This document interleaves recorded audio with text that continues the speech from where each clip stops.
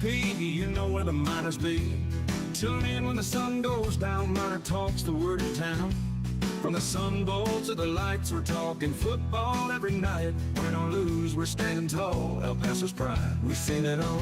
Miner Talk, we're keeping it real. Every play, every drill, from the field to the mic, we're all in, ready to strike. El Paso nights, the stars so bright. Miner Talk's got the spotlight. Orange and blue, we never stall. Talking Miners standing tall. Franklin Mountains in the back, with the Miners on the attack.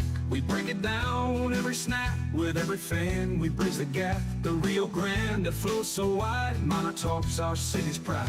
From the lows to the heights, we're here for those game nights. Miner Talk, we're keeping it real. Every play, every drill, from the field to the mic, we're all in, ready to strike.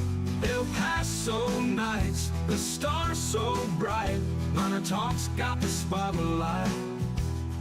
Orange and blue, we never stall. Talking Miners standing tall. By Jack in the Box, I'm Adrian Broaddus. He's Sal Montez. Chris Collins in the house. Inspo Lens, we're live here. We're presented by Jack in the Box. Also brought to you in part by Thomas Adams Apparel. And here on the program, we are talking to you after New Mexico State defeats UTEP 67-63 in the Battle of I-10, the second game of this one, the rematch of this matchup. And now they split the series, and there's a lot of takeaways from this one. We could talk about the final minutes, you know, the huge shot by Jamel Jones to close out the game. They win 67-63. The big shots late in the game, one by Kasim the Dream Watson and the other by Caleb Blackwell. I mean, it was a 63-59 game. There was a bad possession by New Mexico State. Jamal West Jr. made some late free throws. It was 63-61. Miners had a chance. They were down just a bucket. And then Jamel Jones hit a huge shot late in the game and lifted New Mexico State up. Miners couldn't get a couple late shots in this one. There's a lot to talk about. This feels like one of those shows that's going to last forever. We're going to be talking about this one till we're blue in the face, and a lot of it is because of the tensions that happened after and how tensions flared. Emotions ran high.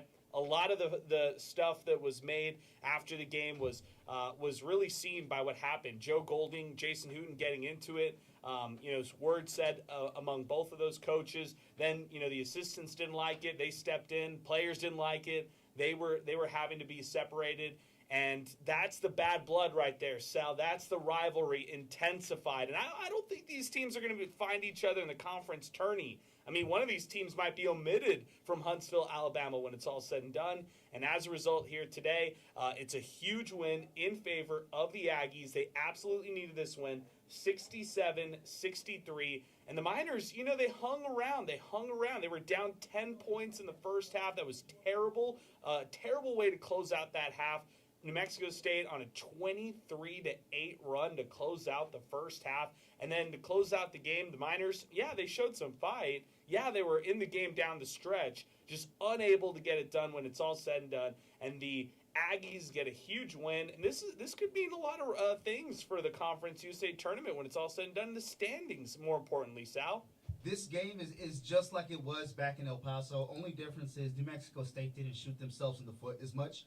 And they also didn't let the Miners get to the line as much. They were able to take a rather respectable care of the ball tonight. And Jones able to hit, some more clutch shots tonight. And that's the reason why for the Aggies they came out on top today. So it was a really good game, the final 10 minutes or so. But overall, just some poor basketball play by both teams that kept both teams in it, for a good chunk of it, in my opinion. Joe Golding said nothing happened after the game. Post-game question asked by Steve Kaplowitz, who was on site, was throwing out all the great videos out there. We've got videos on Instagram, videos on Twitter next. We got the post-game up there as well from head coach Joe Golding. Didn't really, Sal, I didn't really love the comments. You could hear him. He sounded dejected. He sounded real mad. And then the million-dollar question, what happened post-game? And Golding simply says nothing and looks at everybody like, next question. Next question. And do you have any thoughts on this one? The tensions that flare, everything that we saw at the end of the game between Jason Hooten and Joe Golding, who these two know each other very well. This isn't even the battle of I-10. It's the battle between the Jays, Jason and Joe. So, that's what I think it is. These guys know each other really well. I don't know if maybe somebody did something, and by somebody, I'm not inferring to one over the other. Maybe one, but maybe somebody saying, hey, that's a little bit out of your character and just getting upset over it. So, I like it, though, man. I wish we would have seen more of this from the players in the game, though, too. I wanted to see some scuffles. I wanted to see some hard fouls, some pushes, some more blood. Hey, it's all right, man. Jason Hooten apparently said, he doesn't take it personal. He understands this is part of rivalry games. And it was the part 2 version of the Battle of I-10. Joe Golding's head-to-head coaching record against Jason Hooten is now 8-17. He's 3-3 against Hooten when it's UTEP versus New Mexico State. But I found that kind of interesting. These coaches have played each other so many times. You go back to the Abilene Christian, Sam Houston games. These games have happened over and over and over again. And now this one, it boiled up at the end of it. There were some tensions that were flaring on both sides. And, you saw that evident by the way the Miners had to go into the locker room first. The coaches and the players and the team and the assistants had to separate things on both sides. And, just a disgruntling way to finish if you're the Miners. It's going to be a long bus ride home. That's for sure. Yeah, I think, too, maybe for Golding is that there was a lot of times throughout the game that he was kind of jarring at the refs or just unhappy with the decisions made by the referees. And maybe this was kind of just the straw that broke the camel's back, whatever it was near the end that made him snap like that because, it wasn't really how can I say, you want to get into flow offensively and defensively or whatever. Well, as somebody who's doing whatever that they do, you want to be able to build some sort of rhythm, some sort of a flow, and keep on getting interrupted for one reason or another. Maybe that was the case for that little snap. All right, we got a lot to talk about here on the program. I have so many points to hit on. 915-505-6009. I shouldn't even say the phone number. We're full phone lines, so we got a lot to get to here on the program. We're going to get to all our callers here on the show. Jake is going to join us first. Then we're going to go to Wilson. Then we've got Isaac on the phone line. So give us a call, 915-505-6009. While you're waiting for some phone lines to free up, make sure to send us a message, 600 ESPN El Paso on Twitter and X, or our app, 600 ESPN El Paso, especially if you were at the game. Talk to us about the tension. Talk to us about the environment. We'd love to hear from you here after the game on MinerTalk. New Mexico State defeats UTEP in the second edition of the Battle of I-10, 67-63. This is MinerTalk. We're presented by Jack in the Box. Multiple locations in town, open 24/7, 365 because cravings don't have a curfew. I'm rocking my hat right now, the MinerTalk hat, brought to you by Thomas Adams Apparel. Huge shout out to Jacob and the great team at Thomas Adams Apparel. You can check out their full collection that's going to be dropping March 1st at thomasadamsapparel.com. You don't want to miss this awesome collection that's coming up. And then again, we are live on Inspo Lens, live on YouTube, live on X. Love the fact that you could watch MinerTalk along with listening to it here on 600 ESPN El Paso. Along with Sal Montez, I'm Adrian Broaddus. We are continuing here. Let's kick it off with Jake, who's joining us first on the phone lines, 915-505-6009. Jake, good evening, man. Go ahead.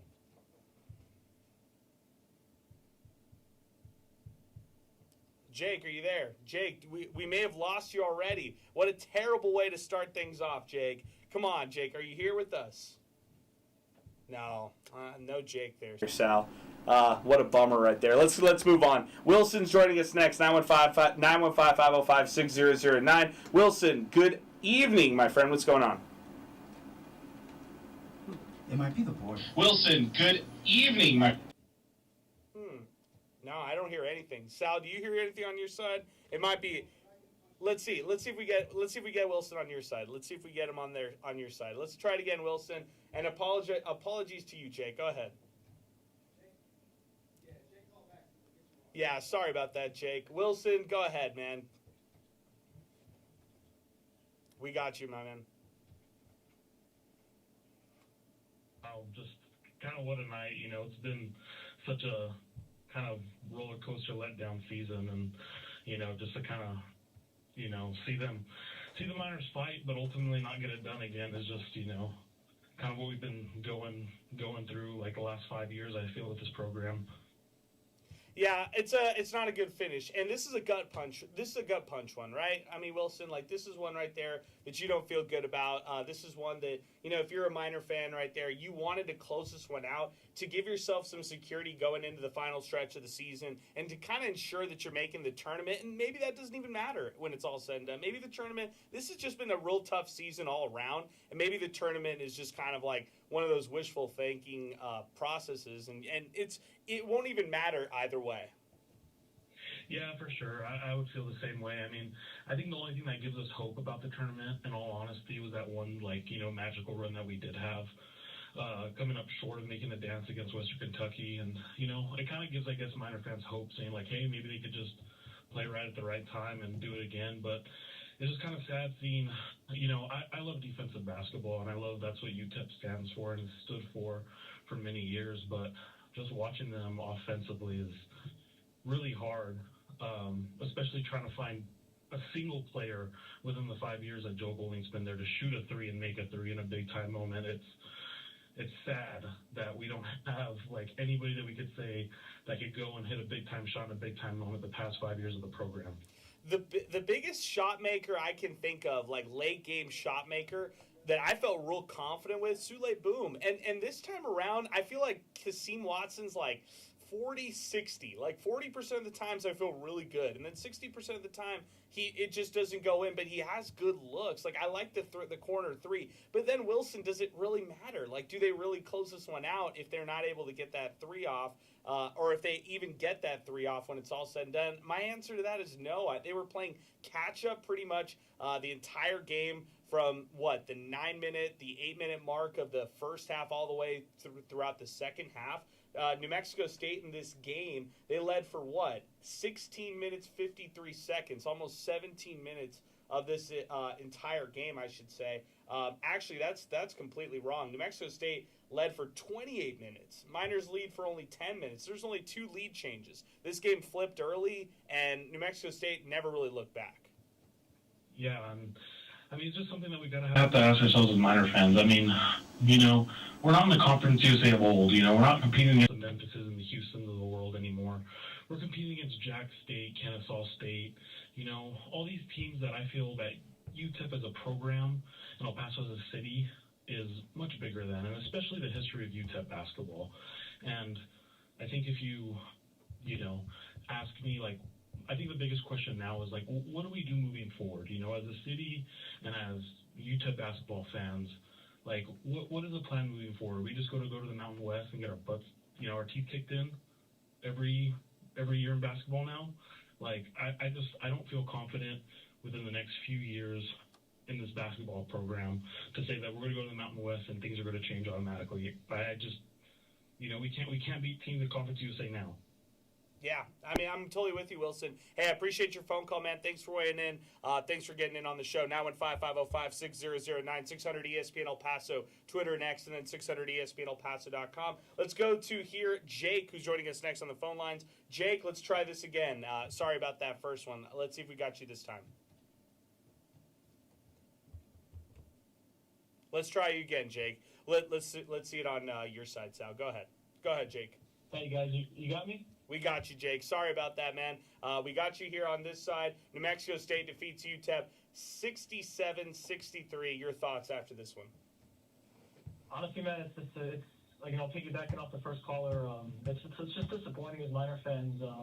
Big one for this game, though, that I think is kind of being under touched a little bit by the Steve and John touched it up a little bit, but it's just the total lack of bench play, man, by the Miners. We're getting we got 10 plus minutes from just our starters, and that's it. MSU got solid minutes out of 9 players total, and we're getting 5, and getting gassed hurts, but of course, KJ can't buy a bucket tonight, and then he gives up a shot to Jamel late, and it's just, maybe KJ wouldn't be a starter if we had some bench depth. Maybe he could be a 6-man and get his good minutes, but I think we're asking too much of guys that, possibly aren't 40-minute a game guys, but we're stuck because we don't have any bench depth, and I think it's a lack of roster construction overall, and I think that's the most valid point I see from upset fans on wanting Golding gone. Is just the 5 years in a row, man, we've had teams that can't shoot and can't rebound, and like we've seen tonight, nothing's changed. Jake, rank L.A. Hayes, Cassius Brooks, and Trey Horton? I'd go L.A. Hayes, Cassius Brooks, Trey Horton. Good. You did it right there.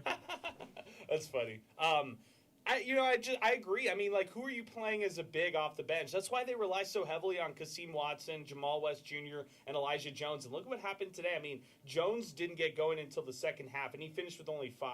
I mean, Watson in this one, he struggled mightily in this one, finished with 8 on 7 attempts. Those guys just simply couldn't get going. And I think the Miners are now becoming a little bit reliant on the three-point game. They shot 30% in this one from beyond the arc, and that's just not going to do it against New Mexico State, who in this one, yeah, they match it as well. They finished, and they were 31% from beyond the arc in this one. But still, I look at the Miners, and you just need a little more from more scores, more offense. And that's kind of been the issue over the last few years. I'm with you on this, Jake. The difference this year is their defense doesn't match it. Like, their defense isn't what it used to be, where you could say, okay, well, at least they have the defense to hang on with them. No, you can't say that this time around. No, not at all. And, that was kind of Golding's shtick, right? Is like, we might not be as dynamic offensively as other teams, but we're going to get after it and, cause turnovers. And that's just not the case anymore. And I think it's, I'm sure everyone's seen the tweet going around about the 2009, 2010 Miner team and, Randy Culpepper and all that. If you're a Miner fan, you've seen that video swirling around. But it's just a crazy comparison to just, 15 years ago, the kind of recruits that we're getting to El Paso. I mean, even when Rodney Terry was up back here, man. I mean, he wasn't the best X and O's guys, but, man, he was recruiting guys, Bryson Williams, Sule Boom, these guys that are playing professionally overseas and getting looks at in the NBA. And it's just like, why isn't that talent coming down to El Paso anymore? I think it's a question that all Miner fans want asked or want answered. And it's just sad because, I mean, rest their soul, but the Don's looking down on the Miner faithful right now, and it's a dark, dark time to be a UTEP Miner basketball fan. Jake, let me ask, okay. I appreciate your phone call, man. Thank you for weighing in. I appreciate that. 915-505-6009. Let's go to Isaac, who's joining us next on the phone lines. Before we go to Isaac, I do want to say this. I'm curious what your thoughts are on this one, Sal. If UTEP said, okay, well, on our side, we're going to go ahead and we're going to go pay a big bag for a player out there in the transfer portal, like Jamel Jones. Look at what Jamel Jones is doing for you right there. 22 points or 21 points to lead the Aggies in this game, and the way that he was just able to add that flair on his side, that's a player right there. I mean, you're not paying six figures for him. You're not just paying $100K for him. You're probably paying upwards of 250 or 300 plus for a player like that. Like, that's a difference maker of a player right there in Jamel Jones. And then you look at the Aggies, Sal, they're just 6 and 10. So it's not just by getting one player. You got to get like one guy around you on your team, and then you got to hope to surround him with some at least decent to notable players out there. I can't, the Miners have really trimmed their rotation. They're not playing a lot of other guys outside of their starting 5. Sure, you're getting a little L.A. Hayes, maybe a little Trey Horton and Cassius Brooks off the bench, and on occasion 1 or 2 minutes from Muhammad Bai. But other than that, it's a pretty much a 7-man rotation for UTEP night in, night out. You ask the question, or Jake poses the question, when are you going to see recruits like this again? Let's say the Miners raise their NIL when they go to the Mountain West next year. They raise that number a little bit. Are you confident enough in the coaching staff? This is a question that we posed time and time again on Sports Talk with Steve Kaplowitz. Are you confident enough in this coaching staff, the way that they're built right now, to recruit high-level talent with a bigger budget going into the Mountain West and going into better competition next year? I think there's 2 parts to it. One, I think, is finding the guy that you believe can take you to that next level, right? Do you have that guy? You don't really know until the season starts, but aside from that, what makes me lean more towards no on answering this is just the offensive system. You know what I mean? We haven't really seen a player break out offensively consistently. This might be the year that we've probably seen some guys, kind of take charge at different points. Watson, Blackwell at times, even West, especially with his aggressiveness, and Jones kind of, I don't want to say emerging, but building off of what's been a pretty respectable and solid career. So aside from all of that, though, it's hard to look to kind of look at the roster and say, man, there's somebody that this year has been playing along the lines of Jamel Jones. So I mean, it's two parts to it. But with the way that the offense has been, we've gotten a really, it's beyond a sample size. It's like a million, full course meals at this point. But I just haven't seen enough that would make me believe. All right, let's go back to the phone lines right now. Up next with us is Isaac, our pal. He's joined us here in studio before. He's a student out at New Mexico State. He was out at the Pan Am Center as well here tonight. Sent me a selfie of him and Steve Kaplowitz, which I loved. That was awesome. Isaac, welcome back to the show. I really appreciate you giving us a call out there in Las Cruces. You give me your thoughts. New Mexico State defeats UTEP 67-63. What was the atmosphere like today? First and foremost, I just want to say, as a photojournalist, as a journalist overall, I just happen to think of the number 50. Why 50? Because everything goes with 50-50. I happen to see how the UTEP managed their defense, how incredible they did. But my gosh, Jamel Jones just happened to just ball out. He knows the ball. He knows what to look out there. He just happens to look out for his teammates. I mean, the way the score happened to be, UTEP shot a very clutch shot. I mean, to tell you something, Adrian, it's so incredible how these type of games, close down to the wire where just one and the other just makes that one shot. And I feel like that was what made the difference. And I think that is what made a closing out of a statement. It was such an incredible ending. I think both teams, fought their tail off. They did their job, and I think, offensively, the Aggies happened to control the ball more, and I think from there, UTEP had the chance, but, I feel like the strategy out of Coach Hooten, he happened to have it, and giving that clutch shot to Jamel Jones, the leader once again, happened to make a game change. Isaac, what did you think of the fact that this one got a little chippy when it was all said and done?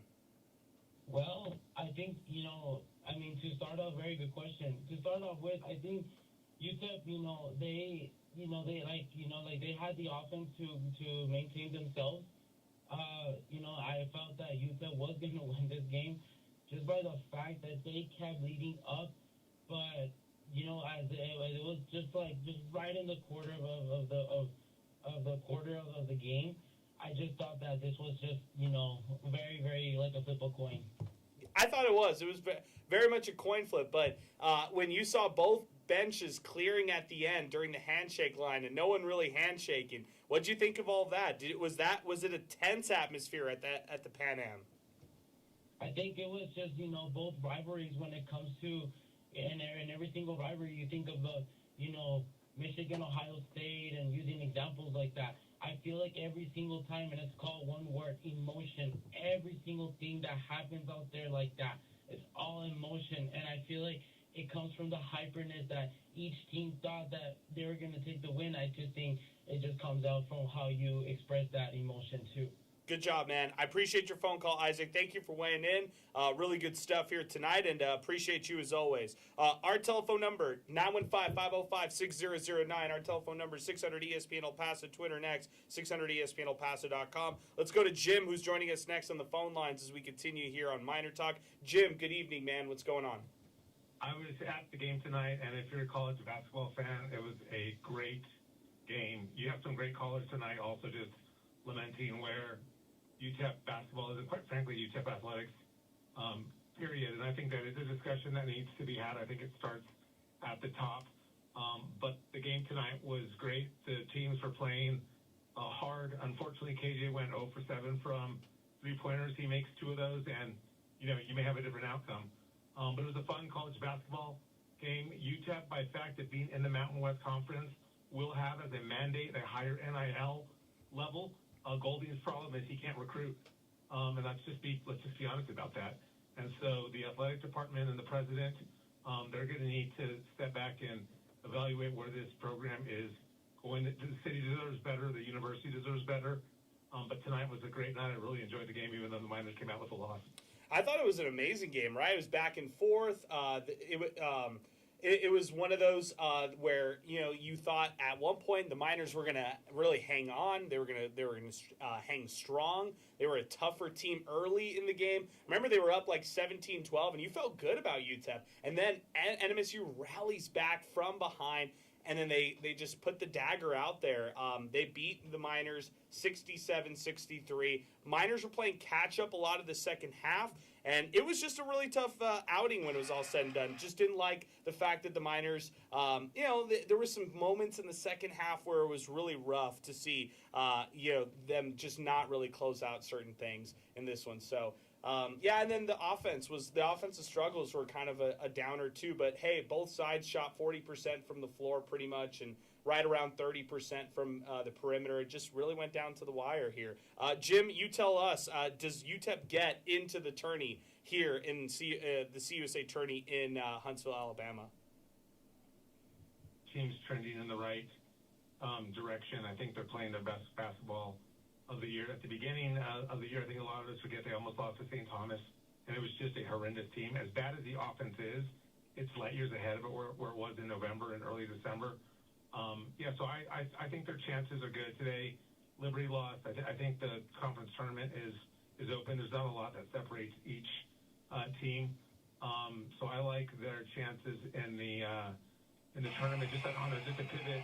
Really disappointed that Tysher didn't ask Golding about what happened at the end of the game. I was there and I saw.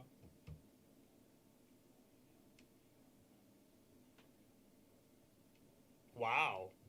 It was a big deal. And I don't know why Tysher doesn't ask Golding, and apparently Kaplowitz did. But I'm curious as to what his response would have been. Well, his response was nothing. He did respond, and he said nothing. So I'll play that clip when Steve asked this from earlier today in the scrum.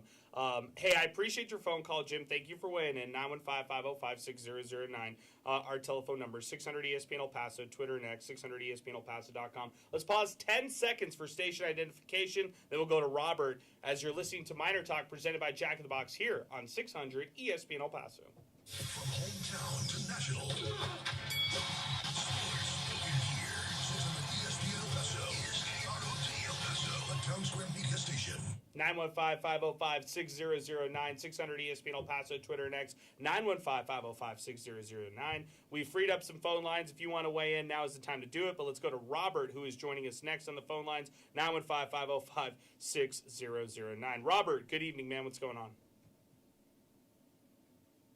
We were at the game, and that's what I was going to ask you, if you knew exactly what happened at the end of the game. Yeah, I did. I saw the scuffle, or I saw the scrum, I should say, or skirmish, whatever you want to call it, tensions flaring, whatever you want to call it, right?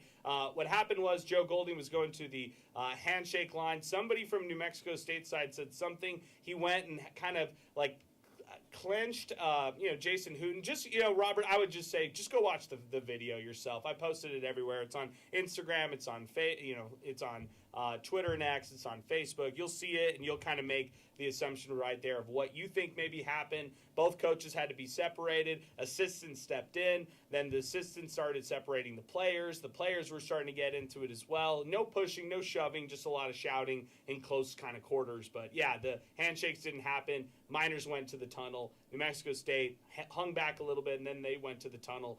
Steve asked Joe Golding what happened. He said nothing. All right, and also, what did y'all think about the officiating? I thought there were some late calls, and I thought there were several reversals that went against our way. Oh, it was terrible, but it's CUSA refs. What do you expect? Yeah, that's what I thought. It didn't change it did change the outcome of the game there at the end. Some of the reversals, but I just thought they were against us or in favor of the Aggies. But overall, it was a good game. Yeah, overall, it was a great game, right? I mean, you tell me, what was the atmosphere like? What was it tense there? Not till the end. I mean, we were, being some of the lone UTEP people in a sea of Aggies we had some good rivalries and everything else. Made some good friends, but no, it was in the stands. It was good. Okay, good to know. Robert, I appreciate your phone call, man. Thank you for weighing in here on the show with us. 915-505-6009, 600 ESPN El Paso, Twitter next, 600 ESPNElPaso.com, as we continue here on Miner Talk. New Mexico State defeats UTEP 67-63. Sal Montez putting in some overtime here. He's killing it here today with us on the show. I love it. It feels like when we first started Miner Talk and we were figuring, you know what I mean, all these I know. and all these things. So no, it's cool, man. But it's good. We're getting some good calls, and we want more, man. Let's get all your thoughts out there. Yeah, let's do it. One of our Hall of Famers is on with us right now. Ronnie, who's joining us next on the phone lines, 915-505-6009. Ronnie is back with us after a long, long time, but he's back. We were texting during the game here with us. New Mexico State defeats UTEP 67-63. Ronnie, everybody wants to talk about the post-game skirmish right now. We've just had a run of calls to talk about this. I'm sure that and the Battle of I-10 is what you're calling about, correct? I don't even care about the skirmish, man, honestly. I think the skirmish just kind of highlights the season, the tenure of Golding. You know, he has a lot of fight, a lot of passion. I've always appreciated that. But I've always said from day one, like, his teams are not offensively gifted. They don't shoot the ball well. They, really struggle to score.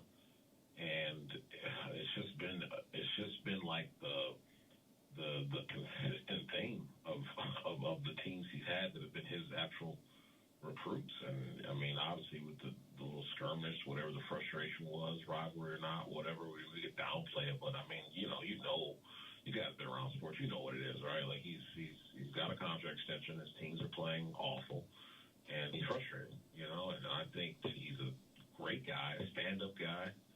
But let's be honest, man, this is just not working. This is just not working. I mean, it's just not. If you think you can take this type of team, this staff, their inability to recruit and put out some type of mediocre offense into the Mountain West, and we're dreaming. We're kidding ourselves. I mean, we're kidding ourselves. And I get that we're not in a position financially to do anything of our own behest. But like I've said many times, think what you want about RT. The most giving thing RT did was go and take that UT assistant job, and I think Golden really should start calling his buddies and do the same exact thing and give UTEP a reset button, because it's just not working, man. It's just not working, and it's only going to get worse. It won't get better when you go into a league that now has the ability to attract a little higher caliber player, because the league cares more about athletics, and it's just not going to get better given their circumstances, their resources, their staff's ability to recruit or lack thereof, whatever you want to call it. It won't get better. It will not get better. Like, you know what I mean? What do they say in sports? What starts bad ends bad. Ronnie, what if they got more money? What if they had more money come their way? I don't think that matters, man, because I was talking to somebody about Ben McCullum at Iowa, and they gave him like $3 million, and the year before he got there, Fran McCaffrey had $1 million for the entire team. But no one wants to go to Iowa. And the point that I'm making is, when you can't get players, sometimes it's just simply where you're located, your lack of tradition, and the players that you want will keep in contact with you. They'll take you down to their final 2, 3, 4. But at the end of the day, when they decide they want to go somewhere else that fits better or is more conducive to their speed of life, it just is what it is. I think there's some real disadvantages there that no guy like Golding will be able to overcome. His teams aren't sexy enough, man. Tell me the last time. This is a serious question. I want you guys to tell me this, because you guys are every day. I'm not. So maybe I'm missing. I want you guys to tell me this. Tell me the last time you had media credentials requested from NBA scouts to come watch a UTEP player in UTEP. Oh, come on. Don't do this to me. Don't do this to me. Bryson Williams. Don't take Bryson Williams for granted, Ronnie. Don't do it. Who recruited Bryson Williams? That's my point. Who recruited Bryson Williams? That's my point. Who recruited Bryson Williams? Boom. Okay, then. I rest my case. Maybe there were some scouts there for that final year of Jamal Bieniemy. What do you think, Sal? Maybe? Yeah, but I mean, that's still, come on, man. Who recruited him? Exactly. No, I get it, yeah. I think you guys RT for granted. Like, his team did play. Wait, you're saying a new one. We've never done this one before. Taking Rodney Terry for granted. Taking Rodney Terry. We haven't said this one.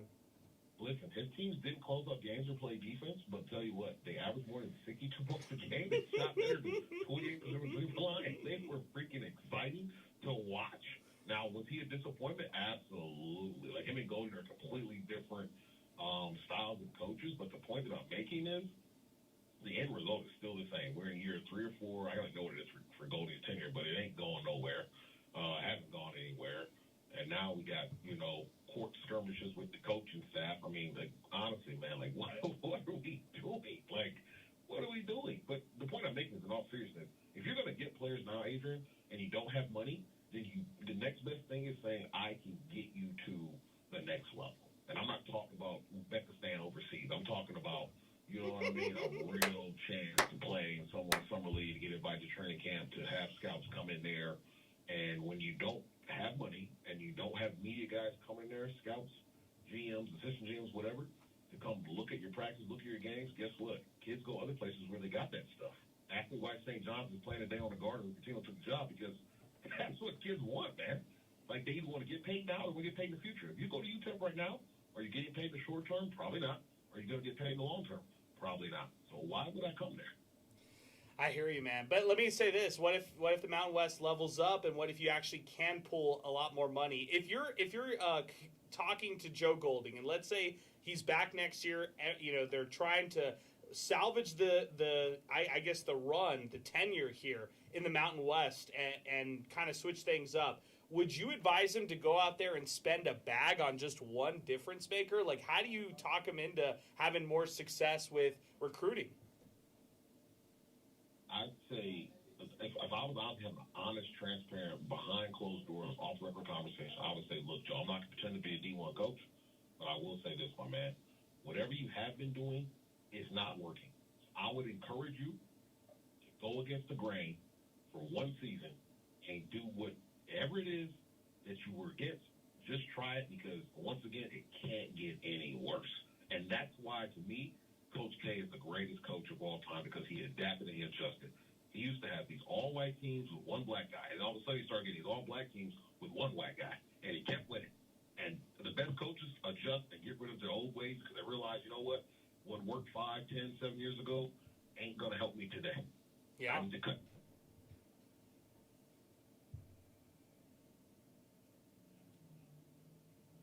Whatever you're against, whatever you haven't done, who cares? Throw it away for one season, and let's just see, because it is not working. Hey, Ronnie, I appreciate your phone call as always, man. Thank you for weighing in. Thanks for always hanging with us late and calling in to us much, much later on in the program. Zay has made it all the way from Las Cruces. Can't believe he actually showed up. So great stuff there for Zay. But before we get to Zay and all of his thoughts, he was there in person. He saw the Digi-Camo uniforms in person in general. Let's switch it over. Let's talk to Hunter. 915-505-6009, our telephone number. Hunter, I don't have access to the telephone, so you actually can talk as long as you want. Like, I have no ability to turn your mic off or anything. So you have the floor, my friend. 67-63. You told me mid-game, you were like, there's no way UTEP's winning it. And I was thinking to myself, yeah, I think they're actually going to, they're not going to pull this one off either. But I thought it was going to be more of a blowout. It ended up being pretty much exactly what you thought. And that was a really close game all the way to the end. So you have the floor. Go ahead. Man, what an honor following old Ronnie there, man. I can't remember. It's like the old MinerTalk. It's like MinerTalk when UTEP was winning. He kind of depressed me, man. I was going to come in a little more positive today. And, man, he just kind of like, well, what's there left to say? We just got no hope here. Well, do you have any comment? Let me ask you. Joe Golding didn't have a comment after the game about the post-game scuffle or skirmish or whatever you want to call it. Do you have a comment? That's displaced frustration, man. Like, that was totally, that's his frustration from the season's getting away from him, possibly his coaching career is getting away from him. That was just frustration, and we can't have it, right? Like, your time to battle and your talking should be on the court with your team. And in that position, and you represent this university, and you're supposed to be the head coach, the one in charge. You need to have a little bit more decorum there. That's not, he's fiery or he's passionate. That's stupid. I don't like that, man. You know me, man. I'm a fiery guy myself, man. But there's a time and place, and that's embarrassing, man. You lost the game, take your licks. I don't care what another assistant coach tells you. Take your licks and move on, man. You're the head coach representing this university. I'd be more embarrassed by that if I were center than by the loss. But, center's been MIA ever since we've been losing. So, he used to be out in the forefront talking and getting opinions and all that. And when's the last time you heard from him? Yesterday. He joined our show. Unexpectedly. Yeah. Heard that. I mean, I'd love to hear what that guy has to say. But, I was going to talk about something else. But, to a point that Ronnie, I think, touched on, I think a big struggle for Joe Golding is, there's always pipelines and there's always relationships and ties and all that. And I think his are small town, Sam Houston type, Stephen F. Austin type, ACU type ties, maybe some JUCO stuff, but he doesn't have the NBA ties. He doesn't have the big time coaching ties that, can't make a call to a friend in the SEC or the Big 12. Actually, he can. His best friend is Chris Beard, so he can make calls to the SEC. Yeah, well, I mean, where's that gotten us, right? And what ties does he have to the NBA? Really, and to Ronnie's point, where's he going to get people, right? Like, you come here to die almost, it seems. But, and I've thought about this too. Like, say I had endless amount of money right now, and if I had $4 million to give him, would we see a better product? And I think slightly, right? But I don't trust him to go build a roster. He has not built a successful roster his time here. I don't trust him. I don't think he knows roster management. I don't think he knows the makeup of a roster. And he actually makes up for it with his motivation and kind of creativity by the end of the year. Because it's taken about that much by the time they get ready for conference tournament. Like, hey, they're finally starting to figure out ways to come together and win. And it's not because he put a great roster together. He just somehow finds a way to piece these things together. So I don't think I would trust him with more money to go get the right kind of talent for whatever his system is. Which brings me to my next point. They have good pieces, man. Elijah Jones is a solid piece. Watson's solid. Blackwell solid. West solid. And especially for this league. I think the problem is it's like watching an NBA game. They just have to beat somebody has to beat their guy. There is no shot within rhythm. There is no, hey, let's get this guy open or scheme for this guy or anything like that. It is a lot of isolation, and we hope West can take on three people or Blackwell can pull out some amazing shots or maybe Elijah Jones gets hot or Kasim Watson. You're relying on a system that requires superior talent, which they just do not have. Well, let me ask you this.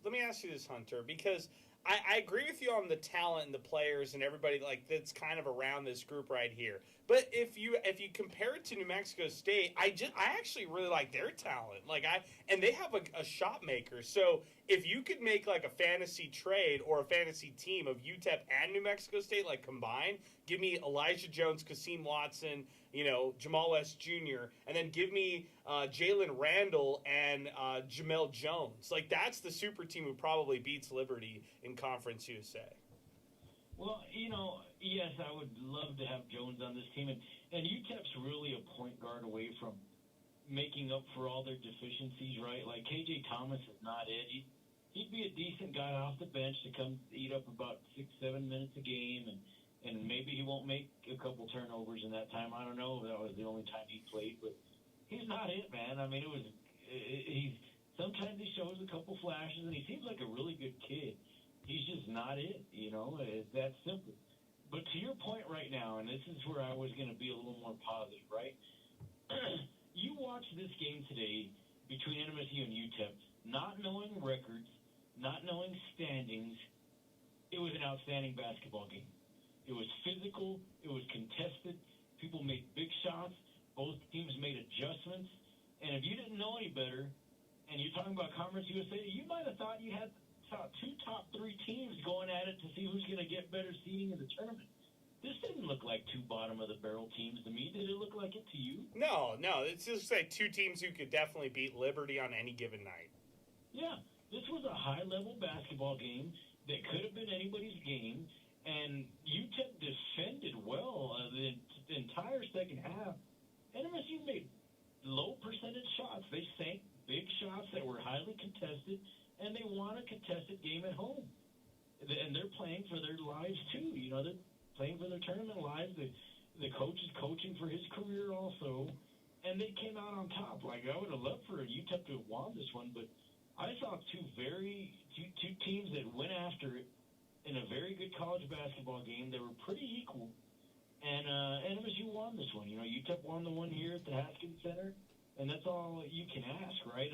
I didn't see two horrible teams playing. I saw two teams getting after it, man, and that throw out records, and I think everybody would have to agree that was a good college basketball game. It had runs, it had physicality.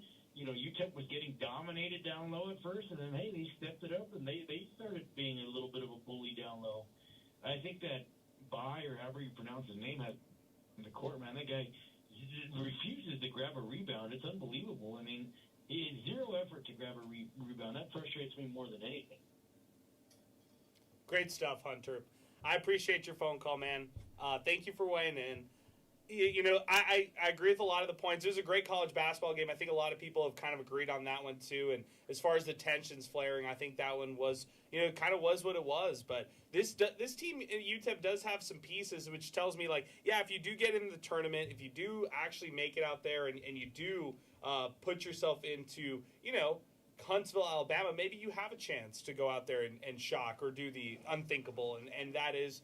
or that could be, knocking off some teams and making a bit of a run. I think that seems unlikely, though, based on everything we've seen this year. But it's something that we could definitely talk about here on the show as Miner Talk continues. Now at 5505-6009, 600 ESPN El Paso, Twitter, and X. Zay's in the house. We'll get his thoughts in just a second. I've got to get to some thoughts on Twitter next. We've got so many comments, so I'm going to try to rip through these right now without weighing in as much as I want to. Tristan Pence, the poor effort by the Miners in the first half sealed their doom. I give the guys credit for playing as much better in the second half. Thomas shooting 0 for 7 from 3 is unacceptable, especially when he was left open on all those shots. Number 2, the Miners are going to have to win 2 of their last 4 to have any chance at making the CUSA tournament. With regards to Joe Golding's actions at the end of the game, I'm sure it's a result of a very frustrating season. I'll just leave it at that. This is coming in from, let's get another one. Text Truth Tejano. I agree with the caller Jake from earlier. Our bench players are not contributing enough or scoring consistently enough as we need them to. Also agree that UTEP needs a good recruiter. Joe Golding is not. It would be smart by Jim Center to part ways with coach and press the reset button. This is from El Paso Visuals Deportivos. He knew he had to check in. All these callers in the Miner Talk right now who want Joe Golding's head after losing to NMSU tonight are forgetting the Miners just beat the Aggies just 2 weeks ago in a rivalry game in El Paso. Fire Golding? What are you delusional fans thinking? It's a wash. He also followed it up with, funny, why doesn't Ronnie call into 600 ESPN El Paso and Miner Talk when the Miners win? It seemed to be working 2 weeks ago against the same team, but now Ronnie wants UTEP to fire and pay out Golding and end up paying 2 coaches? Call in when they win. Steve Escajeda, who's chiming in, our pal, Football Friday Night. I wonder if the pressure of Golding's 5-year record of 80-80 at UTEP, including 38 and 50 in Conference USA, finally got to him tonight. Wow. 80-80? He's a career 500 coach at UTEP? I didn't know this. That's interesting, and I'm going to be that guy. I know I was like, throw this number out, but at 80-80 with that sample size, what is the number over Division I opponents? There you go.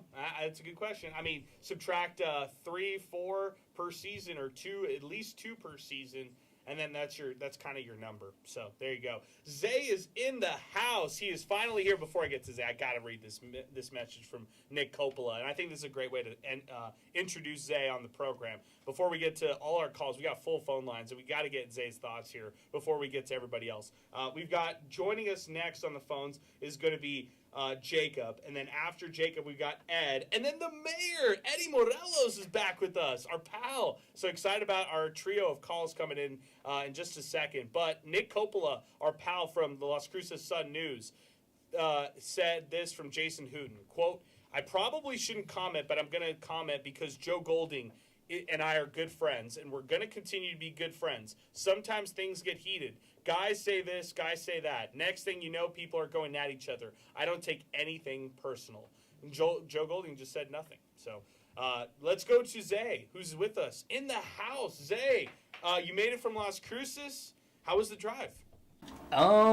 It was all right. It was all right. You know, it wasn't as bad considering the eventful loss that UTEP had. You know, I had to put on some MinerTalk. You know, that made the drive much better. Oh, great. I'm glad. Much better. I totally understand that. You know, as far as this match right here, Zay, it went back and forth, went to the wire. Give me your takeaways. Digicam was out today, the blue Digicam, your favorite jerseys, and Miners losing that one. Coincidence? You know, I was going to comment on it as soon as I saw it. As soon as I entered the arena, I was already going to tweet. I was getting ready. And, you know, I'm a pretty nonchalant guy on Twitter now. I don't really live tweet as much. I focus on getting pictures, stuff like that.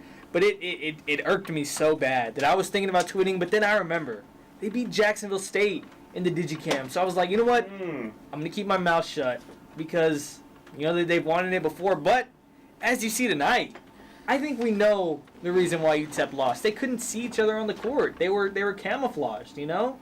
So, you know, all jokes aside, it was a great college basketball game, and it's what you'd expect when you have two rivals that are on the similar wavelength when it comes to talent, that are fighting basically for their season right now. And it didn't go UTEP's way. They didn't shoot well from three. You know, 8 of 27, 29%. And the big one, right, KJ Thomas goes 0 of 7 from 3. That was NMSU's plan. They're going to let KJ Thomas shoot, and it's either KJ Thomas beats you or KJ Thomas, you know, goes 0 for 7. And in the first game, you know, we remember he hit 2 big-time threes, one late in the game that ended up really sealing the deal for the Miners. Meanwhile, today, he can't buy a bucket. He can't buy a bucket from beyond the range, and it ends up hurting UTEP in the end. Nonetheless, it was a fun game. It was an enjoyable game. You know, I don't want to be biased, but I didn't like the atmosphere. It was a little. You know, the student section blows UTEP out of the water. I'll say that. The students at NMSU, they were standing the whole game. They had an actual student section, but beyond that, I was a little, you know. 7,600. That's about it. Didn't feel like it. Zay, the final one is the tensions flaring at the end. Give me your perspective because you were right there. You were on the court. Oh, man. You know, you could sense something was going to go down. I mean, Joe was on the refs all night. Joe, I've never seen Coach Golding this animated, like, ever. You know, throughout the whole game, he was on the refs. He was jumping up and down. I haven't seen this type of Joe since, like, year one, you know, when he had all this energy and everything. So, obviously, it meant a lot to him to try and go out there and get this one done. And then, you know, I'm looking in the handshake line, and Joe's a little aggressive. He's going up a little fast, coming up to Jason Hooten with the arm out already. And I don't think he said something to Hooten first. He said something to someone else. If you see in the video, he's not looking at Hooten the first words he says. And then, you know, Jason Hooten says something back, and everything just breaks loose from there. I ran out. I ran out from where I was. You know, the NMSU security team is, I wouldn't say they're not as good as UTEP, but they're not as, you know, UTEP's a little less lenient. I don't think if I was at UTEP and tried to do that, someone would get me immediately. So I was able to get the good video, not even a good video. If it was like a fight video that you see on Twitter, my hands were shaking. It was so fun, you know, being in the middle of that. I like it. I mean, people are going to call it classless. People are going to say what it is. I mean, they're competitors, you know, you're competitive, and I enjoyed it. You know, I like when people celebrate. I mean, you had the Aggies getting to celebrate with their fans, getting to do all their celebrations. I like that. It's a rivalry game. Let's have some tempers flaring. We had this conversation last time, and I'll stand by it again. All right, final thing, guys, real quick. because I think this bears repeating, and I think this is really important when it comes to UTEP and New Mexico State. Okay, UTEP went 30% from beyond the arc, but they went 40% from beyond the arc without KJ Thomas. If he has to hit just one of those 3-pointers, maybe it changes things. This is coming from our pal Locomotive Miner, UTEP Miner here on the show. OG on MinerTalk. I thought that was a great one. All our OGs are coming out of the woodworks tonight. And he also said, note for the show, this isn't the first time Golding had an outburst during a game. Sal, while I agree with that point right there, I will say this. It is tempers flaring. It is a rivalry game. It should be chippy. It should have some kind of implications at the end where you kind of say, "Ugh," if I was Golding after this one, I would be fired up too. The refs are making horrible decisions. You're frustrated because you had a loss in this one. It was back and forth, and the Miners could have, and maybe some could argue they should have won this one, at least in the first half, if they weren't as bad as they were and weren't as down as they were by 10 points. I think there were a lot of things that maybe irked Golding, just in general, right? If you're a coach and you see the amount of things that didn't go your way, whether it be calls, whether the ball just bounced, the other way, whether the 50-50 play just happened to fall to the other team, or your best player just happened to make some extra shots despite the defense or poor defense. It's a lot of little things that kind of build up and kind of irk you throughout that tenure, and it's. You have you're down 30 seconds, something along the lines of that, and you have a chance in the Hornets' nest, and you just don't come out with the win. And the frustrating part is, kind of look throughout the season. There was an interesting stat, by the way, by John and Yellen post-game saying 14 out of 16 of their last games, UTEP was down double digits. And you're having to do so many things, right? You're trying to climb out of this hole that you dug yourself into. It's likely not going to happen most of the time. So this isn't your only frustrating night at that point. It's a long season, let alone conference season, of frustrating losses. So maybe that kind of, was the boiling point. All right, 915-505-6009. Let's go to our next caller here on the program, who is Jacob, who's patiently been waiting here with us. Jacob, good evening, man. New Mexico State defeats UTEP 67-63. What's going on, man? Hey, Adrian. I was at this game. That atmosphere was great. The fans were into it, but I felt like more UTEP fans could have came out. But besides the fans, the game, I feel like I was really happy. UTEP, they fell off towards the end of the first, going into half, but they did, the livery game, last week, they didn't affect that. That didn't affect them in the second half. They still came out fighting and wanting to win. But I feel like, Caleb Blackwell, he came out on an 8-0 run himself. And I think just little mistakes caused him to lose the game. And, KJ, he has to hit at least 2 of those threes. And it's not like they were contested or anything. They were wide open, no one around him. So that would have helped a lot. But, it's kind of sad knowing that there's a possibility that they won't make the tournament. And I'm hoping they do, and maybe they could go on that run like that one year when they made it to the conference championship. But that's a lot to ask for right now. But, I'm ready to see what they can do for this last stretch. And then next season we're in a new conference reset, and hopefully we do good. All right, Jacob. Great call, man. I liked your first point about the need to be more UTEP fans. It's a pivotal game, Jacob. New Mexico State fans went out to the Don Haskins Center. I'm a little disappointed you made it out there. You're a loyal fan, and you've called into this show before. There should have been more UTEP fans. I'm totally behind you on that. It's a rivalry game, right? Yes, sir. Well, good stuff, Jacob. I appreciate your phone call, man. Thank you for weighing in, and excellent stuff. Sal, it's a great point by Jacob, and I guess we got to bring Zay in on this too, since he was there. How are the UTEP fans, Zay? They're nestled into the top rightest corner that you'll see, and there wasn't a lot of them. I'll be honest, there was not a lot of UTEP fans, and like I said, I know our guy Jacob. He said it was a good atmosphere. I beg to differ. I really don't think it was great. But, there were not a lot of UTEP fans. There were definitely more last year, and that's coming off the big loss at home, coming off all that weird stuff that happened. There was definitely more last year than this year. Sal, you need more UTEP fans out there. No, you do it, and we say this with intensity because it was a great crowd. It was a great atmosphere at the Haskins Center, but a good, respectable chunk of New Mexico State fans were out there at the arena. So I'm not saying like you got to pay them the favor back, but go represent your team. Hey, I know your team's not having the best year, but guess what? That didn't stop the Aggies from coming over to the Haskins Center and watching their team, in enemy territory. All right, let's go to Ed, who's joining us next on MinerTalk. Let's keep ripping through some phone calls now at 550-56009. Ed, good evening, my friend. What's going on? Hello? Ed, what's up, man? New Mexico State defeats UTEP 67-63. We can hear you. You go ahead. Okay, well, I just wanted to make... Oh, it's Miner Eddie Mack, our pal. If we're really getting all the Miner Hall of Famers. What's up, man? Okay, here we go. I'm going to ask you a question. Oh I'm my going God. to want your comment after we hang up, and then I want to make a statement about a recruiting strategy that I want to present in 2 weeks. But I'll email you guys so you can give me some time. Wait, I need like a 15-second version of that after, okay? I need like a 15-second version of the long version of that. Okay, I want to present a recruiting strategy for next year going into the Mountain West. I've got a bunch of recruiting oompas that are helping me out with this. And I want to give it to you guys and all the fans and see what you guys think. It's a recruiting strategy for the Miners going into the Mountain West for next year. Let's hear it. That's all I'm gonna say. In 2 weeks, I'll be ready to present it. Okay. You need time to cook it up. Okay. I need time to cook it up, and I hope you like it. Okay, one question here. I want to make a point, and then I'll talk about the game real quick. Let's do it. Did KJ Lewis leave the University of Arizona? Yes. Georgetown.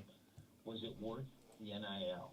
So that's the question that I have for you. My answer is yes.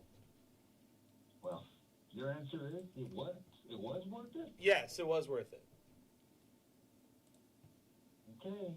Well, look where Arizona's at, and look where Georgetown's at. I hear you, but I'll expand on that later. But keep going. Okay. All right. Here's the thing: when a university gets a coach, you expect that coach to have a development stage. You expect that coach to get to the point where he gets the players that he needs to run what he wants to do. So in year 3 of Coach Golding, that's when we peaked defensively. I think we had 3 categories that we were nationally ranked in the top 10. Is this correct? Yes, that's right. Like at least in turnover percentage, like percentage of like steals, turnovers forced. I hear what you're saying. Yes. Yeah. So I think that year 3 was when he peaked, and he should have just kept that momentum going and then kept those players and kept those stats, because that's really the heart of what he does. It's his defense. And actually just the opposite has happened. We've actually begun a gradual decline. And right now, if you look at those rankings, we're nowhere close where we were 2 years ago. Is this correct? Yeah, I mean, I'm totally with you. Yeah, you're right. You're cross-examining me pretty well tonight, Miner Eddie Mack.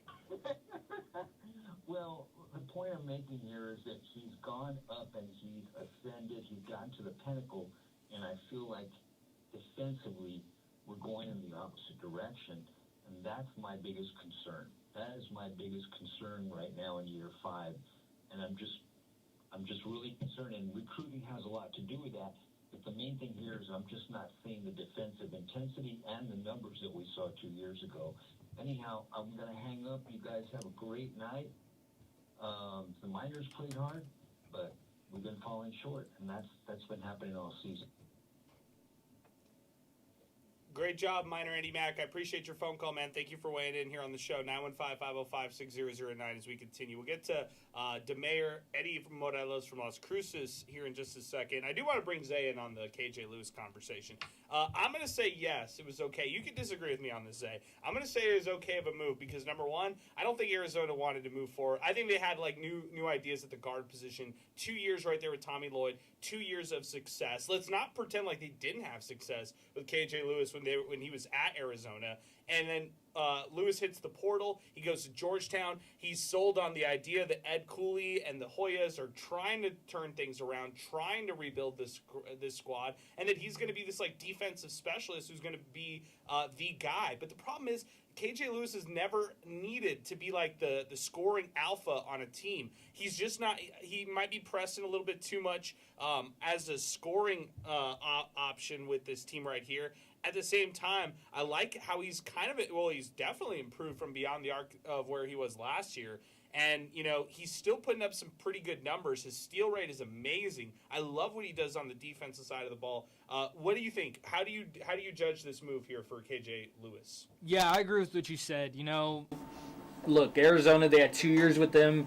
And I feel like maybe it was like a mutual part of ways, something like that, right? I like the where you say maybe new ideas at the guard spot. Maybe KJ wanted to take a jump in his offensive, how much he's involved with that. And now he's the leading scorer on a Big East team. And I know they're 13-14. I know they're struggling a lot this year. But, one, I can only imagine what that NIL deal was. Two, gives yourself an opportunity to improve your game under a proven coach on a program that's historically really, really good. So I know that Arizona's a top 5 team right now. They just took down Houston, I think. But at the end of the day, it's a business decision, and I agree with it. I think that he's gotten better. He's gotten better this year at Georgetown more than I really think he would have gotten better at Arizona this year.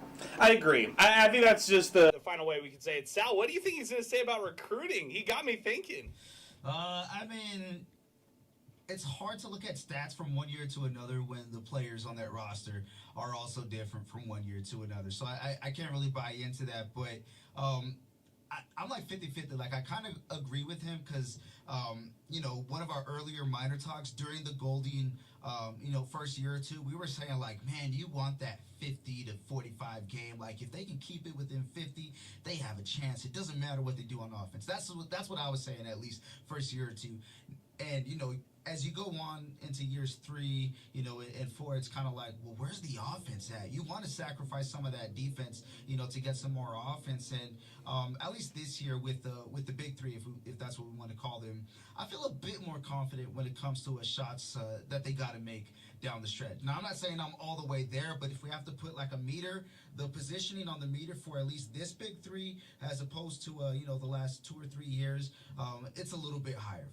Okay, all the MinerTalk Hall of Famers are on with us right now. We had earlier Ronnie, Hunter, we had Miner Eddie Mack, our young guy Jacob, who sounds like a grown man now, and it makes me emotional and sad because it means that we've been on MinerTalk forever now, but I love it. We've had so many, Luca Miner with 2 texts instead of just 1. I mean, everybody's coming out, and including this man, Eddie Morelos, who's joining us next on the phone lines. I was watching the ESPN Plus broadcasters. By the way, here's my hot take. My favorite broadcast of all the broadcasts in Conference USA other than UTEP. Like, favorite one, no doubt about it. Adam Young, Russ Bradford, they do a phenomenal job, man. And I got to give a huge shout out to them. But Eddie Morelos, I saw you on the TV broadcast.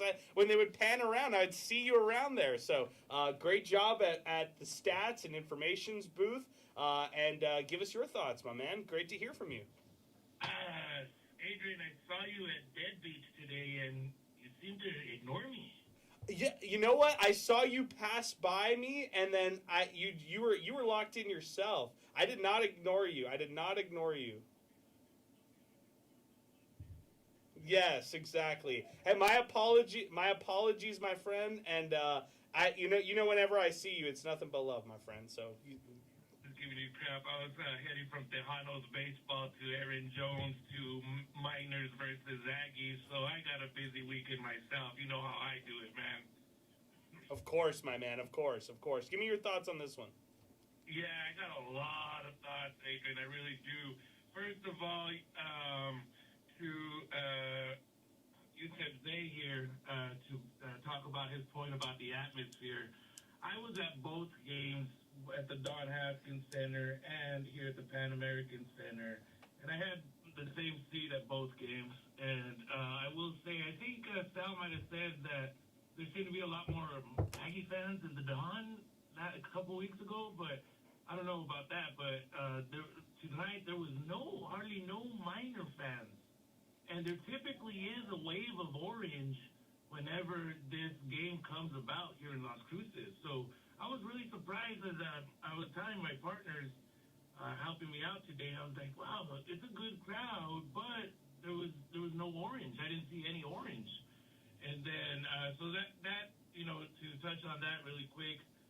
Then I thought during the game, and I even mentioned this to a couple of people that I work with there. I was like, hey, is this deja vu? Didn't we just do this 2 weeks ago? Because there was a point where the Miners were crawling back into it. They really were. And I thought to myself, oh my gosh, this is getting too close for comfort, and the Miners are going to pull it off again. I really thought that was going to happen. But unfortunately, the Aggies, well, fortunately, should I say, because here I am in Las Cruces, the Aggies won. And I just want to say something there again at the end. We all saw what happened. I think that's going to be the big news. Well, what was your perspective of it? What happened? Well, let me get to that. The little scrum there at the end. First, let me say, and I'll tell you what I saw and heard. But let me first say, as an Aggie alum, someone who has paid my money and it's a lot of money because I live in a little spot, right? And a support staff member who puts a lot of time and work into this university. I'm really disappointed in what happened. I really am. It really has left a bad taste in my mouth for just sports overall, kind of, to be honest, and local sports. So back to what I saw, right? And I hope people go back and look at different videos, which I'm sure people are. I think the frustrations for the Miners, and in particular Coach Golding, now that I think about it, man, poor guy, they started there right before the game ended when the Aggies were kind of closing it out with probably, 15 seconds left to go in the game. And you'll have to look at the actions of a couple of players from the Aggies, and there was a little bit of taunting going on, right? And that happens in rivalries. We've already said it. We've all said, hey, that's part of rivalries. However, right, in this day and age, and think about what's going on in the world, and just in general in the world. In this day and age, tempers will flare a little bit more. And I think that is what kind of kicked it off, and then it continued once the game concluded. And again, I didn't see it. So this is where I say I hope people go back and look at videos. Like Zay said, he got some video. I didn't see what it was because Golding didn't go directly at Hooten. He didn't. He was saying something to someone else. And again, I don't know if it was a player or who. And then that's when, as a head coach, shout out to Hooten for backing up his players, like, hey, we got this. That's the part I did hear. And then I don't know what went on from there where in the end it got ugly. And then, again, I just want to say this as a support staff to fans, both fans, all fans in general. There's people who are working games, and they're not doing the job. They're not coaches. They're not part of the coaching staff. Don't go at those people, please. As fans, yes, you're going to yell at the opposing teams, but the support staff people, the athletic trainers, things like that, please let them just work. I'm saying that genuinely right now, and so that kind of disappointed me, and it made me feel like not a victory for the Aggies, and so the rivalry, right? The rivalry. That's what happens. That's what happens, Eddie. Yeah. I mean, hey, tensions flaring, tempers going at it on both sides. And Eddie, I appreciate your phone call, man. Thank you for giving me your thoughts, and thank you for everything. Yeah, go for it. One last thing, though, Adrian. Go UVA Wildcats, and good luck to KJ Lewis because he comes out of El Paso. There you go. And the Hoyas, the Georgetown Hoyas for KJ Lewis. Good stuff. I appreciate you, Eddie Morales. The thing that I liked the most about this call, Sal, was that he reminded me kind of what I thought in the second half is, wow, this feels eerily similar to the first game. It really did. I thought at one point New Mexico State could go up by 10, and they almost did. And then the Miners came all the way back in the final couple minutes. They cut it to a basket. the Aggies were the ones who were able to separate themselves, but the Miners had a chance to tie this one up, or at least make it close in the final minutes. They just didn't hit the shots that they did against the Aggies in the first time around when it was at the Don Haskins Center. You know what I'm thinking of too, and we brought up the 14 of 16 games that they've played recently. They get down by double digits, and we know how detrimental that can be, but just a general question that I asked myself, and it kind of made me change my perspective on like being upset or not, is like, we know who this team is at this point, but hey, if I told you this team is going to have a chance, as long as they're within a possession or two in the final couple of minutes, knowing what you know about this team, even after the game against St. Thomas, Division III team, even after that game, hey, you're going to have a chance in conference play in the final couple minutes within one or two possessions. You would take that regardless of how it goes. So on one hand, I'm upset because it's like, man, you had a chance there, but then on the other side, it's like, hey, you did have a chance. You just needed to make a couple shots. And knowing what I know about this team, I'll say, hey, I'll take that any chance you can get, especially when you're fighting for places. It's much better to have that than seeing what we've seen in some of the games early on where they were just getting blown out. Hey, I got to give a big shout out to Colin Deaver, Zay. I mean, Colin Deaver is the ultimate holdback guy. I mean, we've spent all this time on MinerTalk, and no shout out to Colin Deaver, somebody that we all know very well in this building, including Chris Collins here from Inspo Lens. Colin Deaver got right into the middle of it, and since he towers over everybody, including the guys. Exactly. Even the guys who are on the court themselves, he's just telling everybody, get back, get back, get back. Zay, big trophy over to our pal, Colin Deaver. Oh, man. There was a couple of times in this game where, there's a media timeout and maybe Caleb Blackwell, Kasim, someone is yapping at the ref. And all I see is Colin with this big clipboard, and he is tall. He's almost as tall as Kasim, man. He's over here. He's like, come on, let's go. Man. At halftime. At halftime. He's like grabbing Caleb Blackwell and like escorting Caleb Blackwell to the tunnel. Yes, that's what I'm talking about here. Like, Colin, he's on his P's and Q's, man. Like, he's up there quick as soon as he sees, maybe something that's going down the wrong road for UTEP. He's going to get there. He's going to be there to protect the guys, protect the players. So, shout out to Colin Deaver, man. That was insane. That was insane the way that we saw that. But good job there by Colin. Let's go to Milkman, our pal. It's the MinerTalk Hall of Famers who are here with us on MinerTalk. 915-505-6009. We're playing all the hits tonight here on MinerTalk. New Mexico State defeats UTEP 67-63. Milkman is now on with us. 915-505-6009. We've got one free phone line. We've had full phone lines all night. If you've been waiting to get in on MinerTalk, now's the time to do it. 915-505-6009. Milkman, good evening. What's going on, my friend? Hey, what's going on? What's up, James? I think we all know what that deal at the end was. That was clear frustration. Probably not just at the season, but my God, Conference USA never ceases to amaze me with how bad their refs are, and that's football, basketball, that's whatever. They're just horrible. Like, it's unbelievable. I can't tell you the number of times, whether it's football or basketball, that I've seen them do a replay on TV, and even the announcers are like, well, that's pretty clear. And the Conference USA refs come back with, no. I mean, it's just unbelievable. But yeah, I'm sure that's what we saw there at the end. I think these two teams have shown that they're pretty evenly matched when you look at the home and home. I mean, like you were saying a little while ago, the same thing happened kind of both games.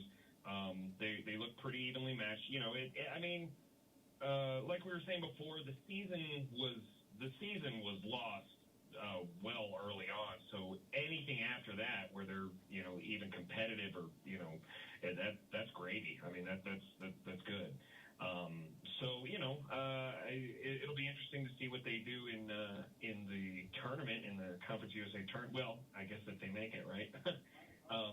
But I gotta say that when they started dropping those threes in the beginning, I kind of worried that what was going to happen actually happened, and that was they start getting comfortable with the threes, and then they start shooting threes and missing them and not working it in.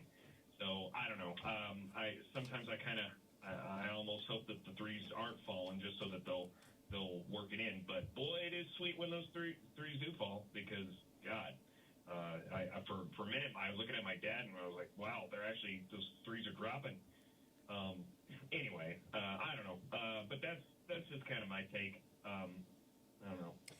Yeah, I feel pretty similar. Yeah, I would just say I kind of defer back to some of the earlier callers. It was just a really good back and forth college basketball game, Milkman. Like, this was just one of those where you just kind of sit back and you think, yeah, it happened and it went in New Mexico State's favor. But the tensions were just so high on both sides. Like, the numbers were pretty even on both sides as well. Like, the numbers that you might not necessarily like on the UTEP perspective was the turnovers that came at inopportune times. But, there were other stats that really will justify some of the points for UTEP. The parts that I didn't like were the first half where they went down by 10. That just didn't need to happen because the Miners started off great. I mean, Caleb Blackwell with 11 points and then kind of simmered down. I know everybody was hammering KJ Thomas, but I'll just say this, as a sophomore, or even as a young player in general, you're allowed to have bad games. It's just, as a fan, it feels like it's the worst, and it's at the most inopportune times when it's in the Battle of I-10 against a team like the Aggies. Like, if you're KJ Thomas, you're probably not going to feel great about yourself at all after this one. Of course, 0 for 7 from beyond the arc. Like, take that away from UTEP, and the Miners are 8 of 20 from three-point range. Like, they're not as bad from the perimeter. But I'm with you. Like, a lot of that was, let's go inside, then let's kick it out. I love when they just go head down, drive to the damn basketball, or drive to the damn hoop and get fouled. And that's usually Jamal West Jr. who initiates that right there. Look at what he did, 8 for 10 from the free throw line. Like, he was really on, and he had a lot of aggression in this one. He was showing me some footwork today that I don't think we ever saw from Jamal West Jr., and he was real impressive to me. So, again, I go back to some of the, pros of this team, Milkman. I just think, this team isn't as bad as maybe we thought, December, January. I thought they were, one of the worst teams in CUSA at certain points during those losing stretches that they had. But they've kind of flipped the script and shown that they can hang with anybody out there. The issue is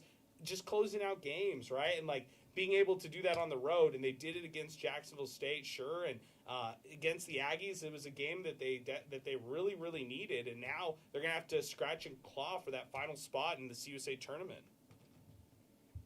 I mean, to be honest with you, if you think back to, December, back earlier in the season, did you really think we'd be playing the Aggies this close? I mean, it's a good point.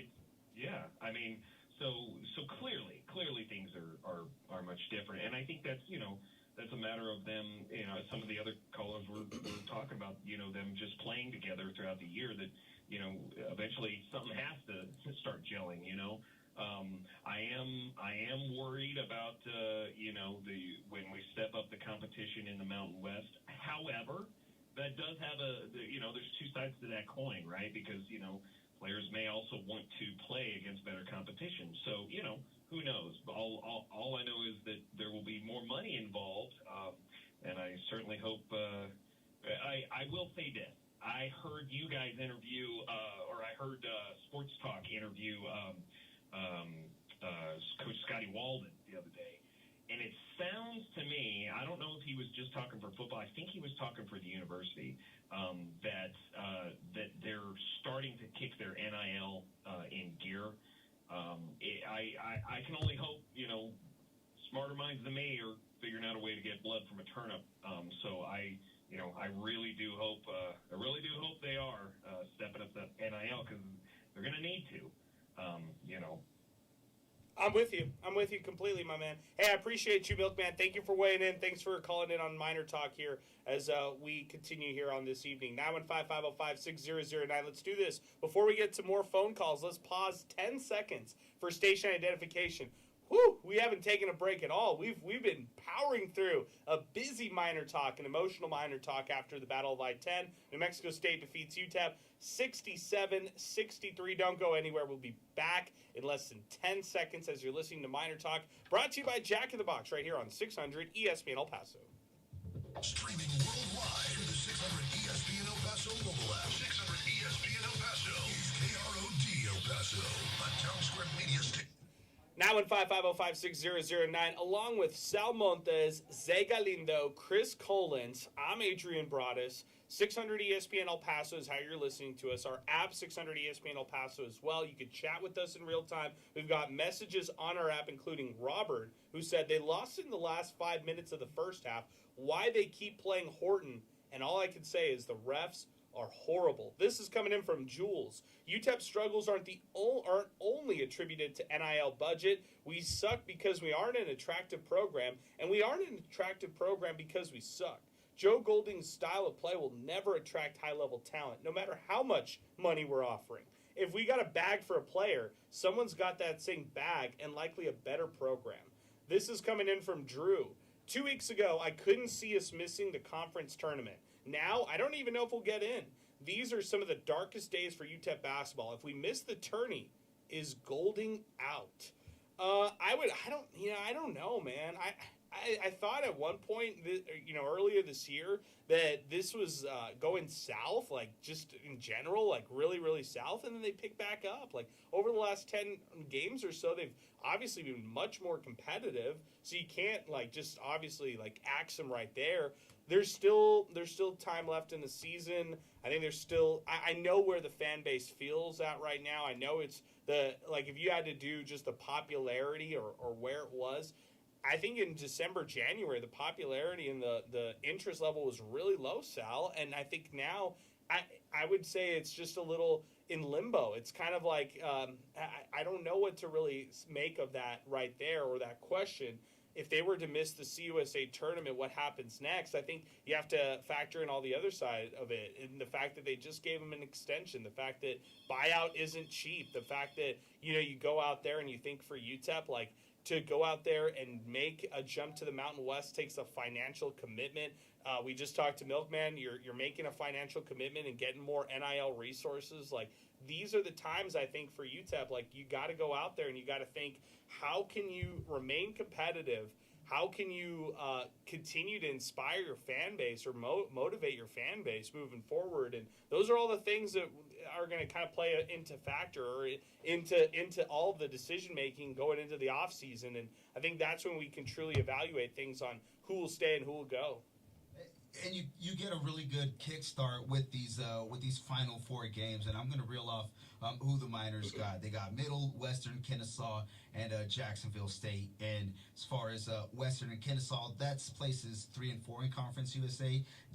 And Western just beat Liberty. Exactly, and Middle Tennessee right below Jacks at 7 and 9. Who record-wise, overall, the Miners. Middle Tennessee has 13 wins. Miners only 10. But when it comes to the conference record, Miners only 1 game behind them. So we have a chance to itch closer. But my point is, all of these teams are ahead of you in the standings. You got to be able to weather the storm. And you're going to play some teams who are fighting for some solid positioning on their end. But the fact of the matter is, if it comes down to a tiebreaker with New Mexico State, for conference record, they're probably going to miss out because New Mexico State has 3 more wins than them. FIU, 3 more wins than them. Missouri State, 3 more wins. Middle, 3, you know what I mean? So just looking ahead of it, it's going to be really tough. But in order to make it to the conference tournament, you got to be able to do well here. And this is going to be a big, a big part of the answer. What do they do if they miss the tournament? Well, they'll miss it. Win some of those games and you can get in. It's not a really hard conference, guys. They just got to give themselves a chance. But I don't know, man. We've seen this dance before. Time is running out right now. Zay, I want to throw this one at you. Steve Kaplowitz was awesome with all the comments and videos that were sent to us through social media and through the vertical videos that we had out there. But let's hear the comments from head coach Joe Golding. You were in the scrum, correct? Am I right on that? You were in the post-game presser, correct? Oh, no, you left on that. But let's hear the comments real quick from head coach Joe Golding on the tensions rising late in the contest. Or I should say post-game. Also, you can do a better job of getting the ball inside. We shoot 38 free throws or something like that the first game. We'll shoot 13 tonight. I think that's the biggest difference. Joe, what happened after the game? Oh, nothing. Yeah. There you go. There's your comments right there. There's the comments. Zay, your thoughts. Someone had to ask it, right? So shout out Steve. And You know, I was watching, waiting for. I don't know what he was gonna say. What can you say after that? You know, I don't know. It's a weird situation. It's the first that I think Joe has had at UTEP. Something like this to happen, like it was a wild game, and well, I guess we'll never really know exactly what happened, but I do think it went along the lines of I think Joe was saying something to a player, and Hooten stepped up to the player, and this is all just from my point of view, right? I didn't have no mic'd up. If you guys want to, are there any lip readers out there? You know, if you're a lip reader, go zoom to, that Twitter video. But I think it just went something along that. Tempers flared, and that's what it was. You know, you're competitive. This is a big game. This is a big game for both programs. Look at the state that both programs are at. You know, they don't want to be here. They don't want to be fighting to get into the final spot of the Conference USA tournament. Not the NCAA tournament.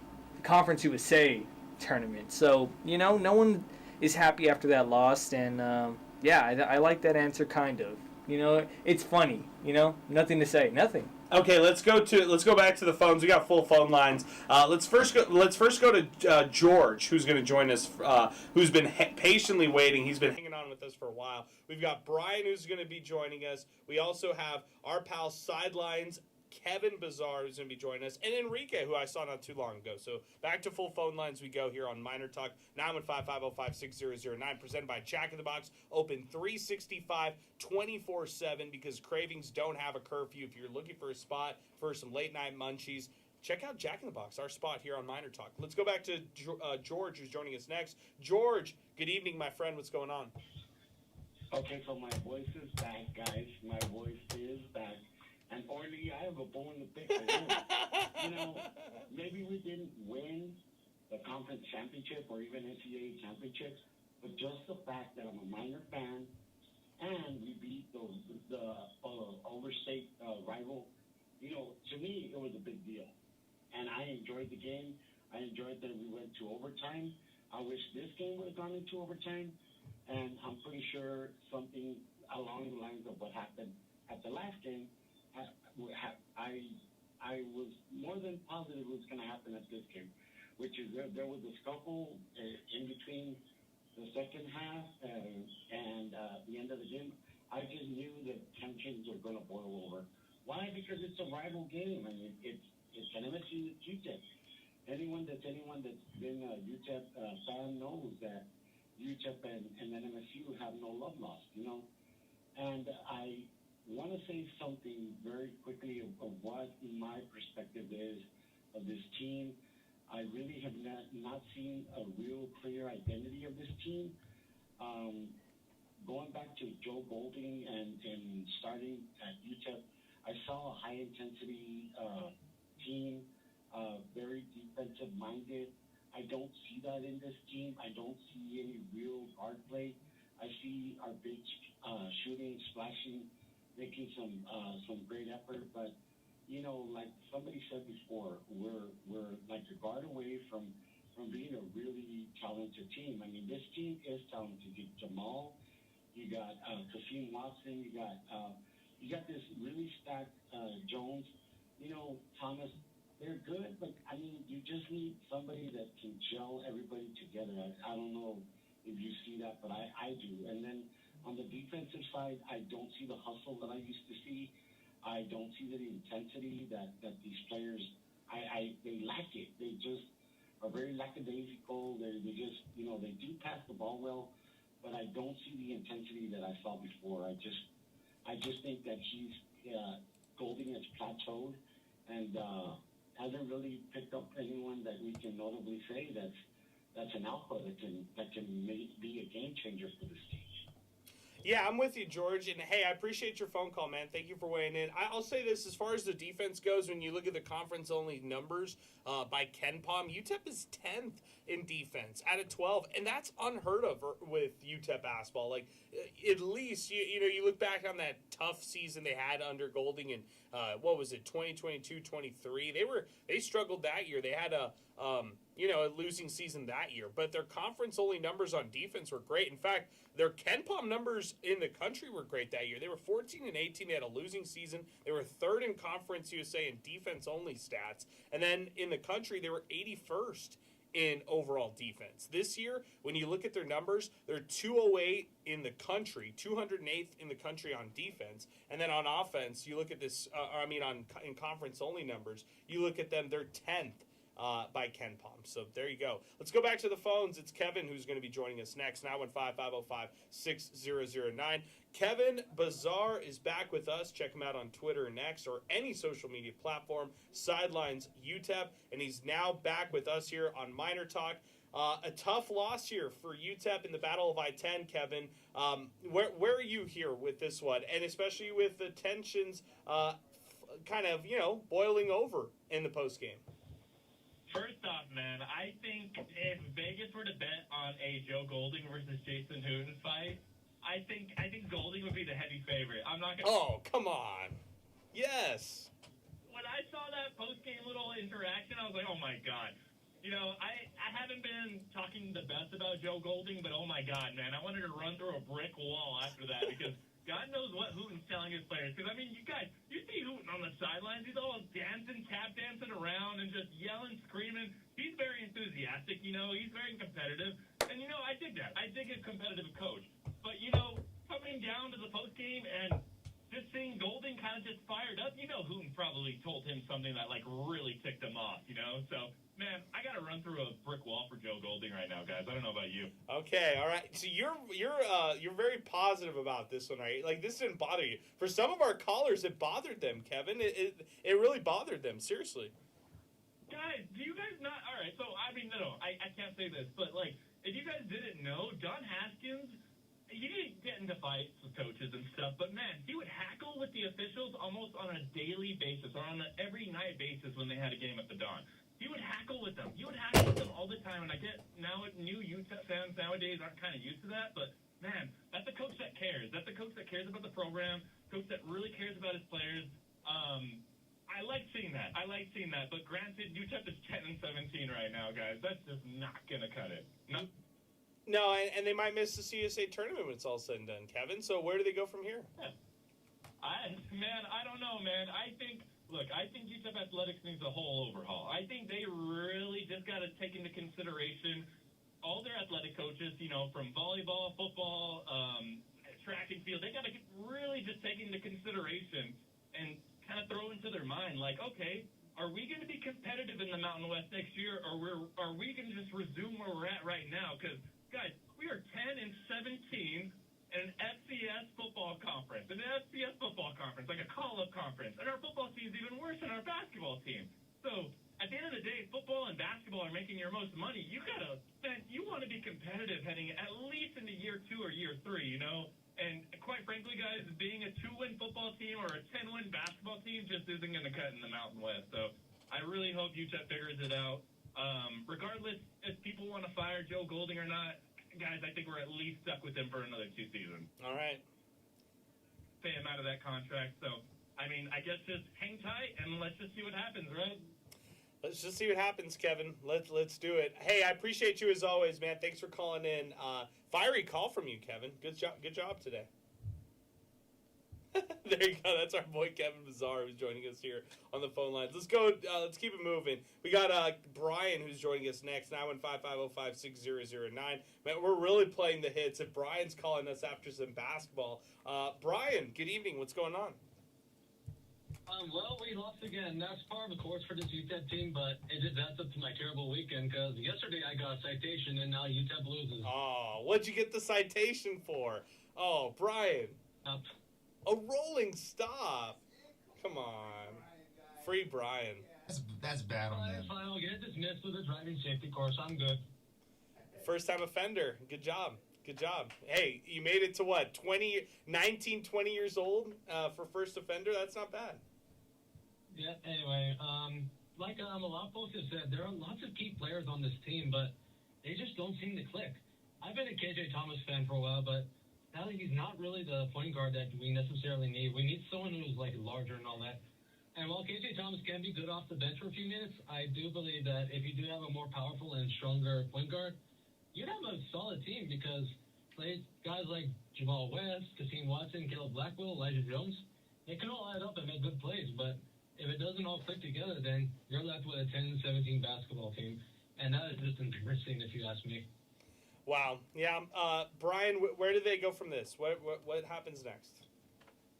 I'd say we maybe end the season with 20 losses, probably. Okay. Yeah, that's not great. That's not great right there, Brian. Yeah, what a shame indeed. Hey, I appreciate your phone call, Brian. Good to hear from you, man. Hope the driver's ed or all that, the safety courses pay off and good stuff by getting that dismissed. So good job, man. Appreciate your phone call. 915-505-6009. Next up with us here on the show, let's go to Enrique. Enrique, it was great to see you at the Shack. How about the Miners? How about the Miners? Man, I will say this. I'm going to piggyback off the sidelines, and I like seeing Golden get all fired up because he's right. If he's getting fired up, he cares about the program. He cares about his kids. And I grew up in the Dawn era. You know, that's the whole reason why we called him the Bear. He was always grounding around. What was that? What was that right there? that was a bear. He was always bowing off. He was always growling at the... And let's not forget Bobby Knight. Come on, that guy threw a chair to the court. It's 2026. What was that? I said it's 2026, though. Yeah, but I miss coaches like that. They get all fired up, they get all heated into the game and fighting for their players. I like to. I had my fair share of my Golding exclamation, but the guy's doing the best with what he's got with. We gotta remember, we gotta cut him some slack. We lost 90% of our team last year to the transfer portal. We pretty much had to build this team from scratch, and the fact that we're kind of competitive, maybe not exactly where we were at last year, granted, but this is not the same team from last year.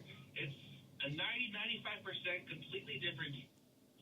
And right now we're seeing some shimmers and hopes of who's going to be leading us to the conference, like KJ Thomas, L.A. Hayes. These are the guys that are going to be the backbone of our future. But you believe in continuity? No, I mean, Enrique, the average college player goes to 2 or 3 colleges, and you believe in this continuity because that's not how UTEP's built success in the past. Well, I don't think we're going to lose as many players as we did last year. Based on what? Based on what? Like, what is that? Like, do you know how they feel? Do you know how UTEP... What if UTEP wants a full reset? What if the players want a full reset? Like, based on what? I can only speak from what I've heard from KJ's dad, and I'm not putting him out there. From what I gather from our conversations, they like it here. Well, okay, KJ's one guy. Okay. David Terrell liked it here. Great point by Sal. Great point.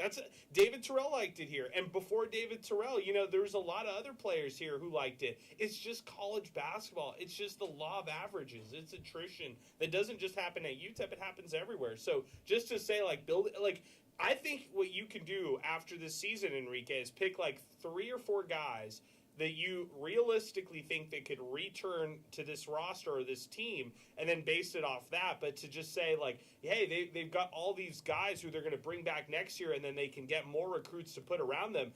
These guys don't want to come back and be a backup next year. They're obviously playing a ton of minutes and starting effort, but do they want to come back and be a 6th man next year or come off the bench or something like that? I don't know. KJ is going to be a backup, though. Granted, okay, being realistically thinking here, we are going to probably lose about 80-85% of this team. But who do you think is going to stick around? I think KJ will stick around. I think there'll be a couple, maybe 3 or maybe lucky 3 or 4. But looking at some of the kids we're bringing in for next year, it looks promising. But the thing that's going to be helping us the most is we're really vamping up this NIL program. And it's going to come down to a lot of us really putting in our effort, our money, season tickets or donations or everything. Because look what Scotty Walden did. He raised up close to $500,000. So if we can get that going for basketball, we can get that going over there maybe and help retain players. Fair. No, You know what? That's a fair statement, Enrique. And hey, man, I appreciate your phone call. Thank you for weighing in, Enrique, as always. Let's move on to another call. 915-505-6009, our telephone number. 600 ESPN El Paso, Twitter next. The last point was actually the best point. Hey, like, they're gonna get more money.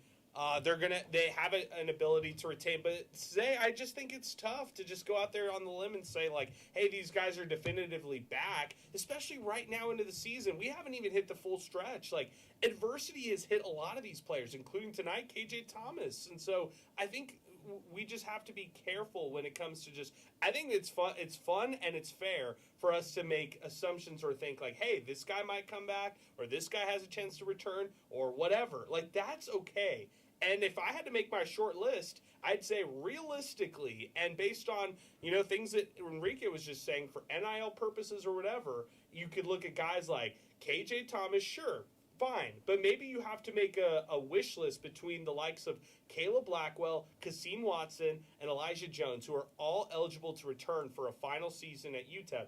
And maybe you get one of those three. And then around that, you try to maybe keep an L.A. Hayes, maybe retain a Cassius Brooks. Who knows? But how do you view that? I think it's complicated. Yeah, I think you definitely lose one of, if not more, of Kasim, Caleb, and Elijah, right? I think you can kind of write that in stone. That's just how it is, And look, honestly, out of all these guys, I wouldn't mind starting you going into the Mountain West. And that's not a dig to any of these players, but I mean, look where you're at. You're 10-17. If you want to bank on development, that's fine. But you've seen what, you had continuity last year. It didn't get you anywhere. It didn't get you past, the quarterfinals of the Conference USA tournament. I mean, you barely won the play-in game. So I'm not a big fan. I know continuity can work. You see it with Liberty. You see that it's, a very key piece on their team. But it's not the end-all, be-all. I'm not going to sit here and say that, if there was a team that's 90% new next year, I'm not going to sit here and say, well, it's a rebuilding year. No, the transfer portal gives and the transfer portal takes. So you can have a group of new guys come in and you can be competitive in the Mountain West, right? So I don't mind it. If the NIL is better, I don't mind them going clean slate, and I also don't mind them, trying to bring back some of these guys. But at the end of the day, it's 50-50 with any one of these guys, with KJ, with anybody. I mean, you can't say this guy's coming back for sure, and I agree with that. Hey, 915-505-6009. That's our telephone number if you want to weigh in. 600 ESPN El Paso, Twitter next, 600 ESPNElPaso.com. Chris Collins, our pal over here, who's helping us and is the reason why we are live on Inspo Lens, the reason why you can watch us on Twitter next, and the reason why you can watch us on YouTube, has this amazing setup for us. He asked Grok the following for Joe Golding and Jason Hooten to lip read the interaction. I don't think I can dive into what was said, but I will say that it was very interesting. And Sal, maybe we could take a little of the Grok knowledge for the lip reading on what could have been said between Joe Golding and Jason Hooten. Yeah, hey, it's there. I mean, Grok is everywhere, right? So Grok's obviously going to know the answer, but just kind of, I was looking at the video after reading the explanation that Grok had put in. It makes a little bit of sense. Obviously, it's not going to be 100%. And plus, we'll never know because we weren't there too, but just from looking at it, it looks like Golding was talking at somebody else, and Hooten, like, he kind of looks confused. And there's a video out there where it looks like Joe's just going at Hooten, and that's not really the case. It's like they cut right to the part where Hooten and Golding kind of met up. But this was happening lots of seconds before those two even approached each other. Golding was talking to somebody else. Who it was, I don't know. But Hooten kind of like, looking confused, like, hey, what's going on, blah, blah, blah, blah. And, tempers flared after that. Whatever it was that he was yelling. Hey, this is from Visuals Deportivos again. To be fair, it looks like Joe Golding took the loss like a professional and just wanted to get out of there. But Jason Hooten stepped in front of Joe Golding and stopped him twice. Placing his hand on the chest of a person who isn't happy about losing didn't help. Hooten could have texted later tonight. Okay. Roland Bear, also from the 915, UTEP Miner fans, what was Joe Golding so upset about right after the loss to New Mexico State? Was it toward an Aggie player or coach? I don't know. This is sad UTEP Zay. Evil UTEP Adrian is gone, and now sad UTEP Zay is here. A burner account. Zay, how do you feel about having a burner? I've seen this one. I've seen it. It has like my edited picture, and it's me with like a frown, and I was just laughing. You know what?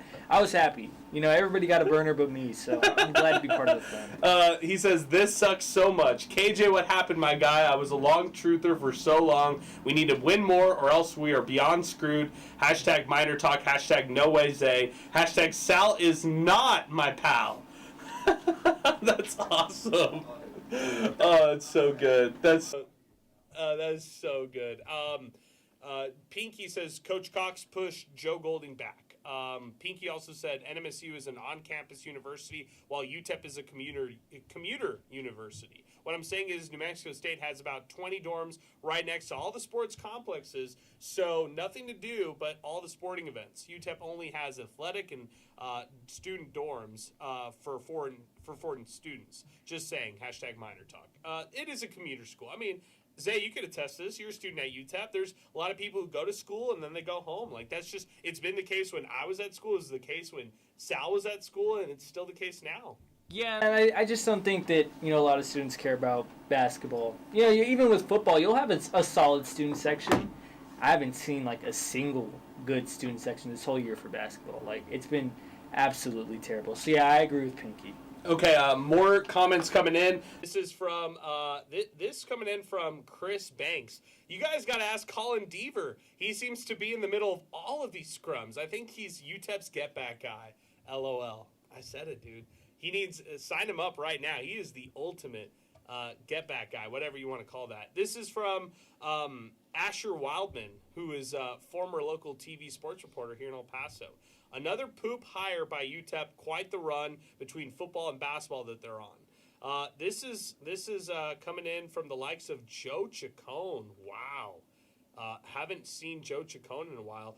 Didn't know if you saw this, but caught my eye. Looks like Jim Center is frustrated with how things are going, or he's snoozing right there at the end of the game. This is from Will at Far West, Texas. Great calls by Ronnie and Hunter. Hunter is right on Coach Joe Golding. At the end of it was Bush League and unbecoming.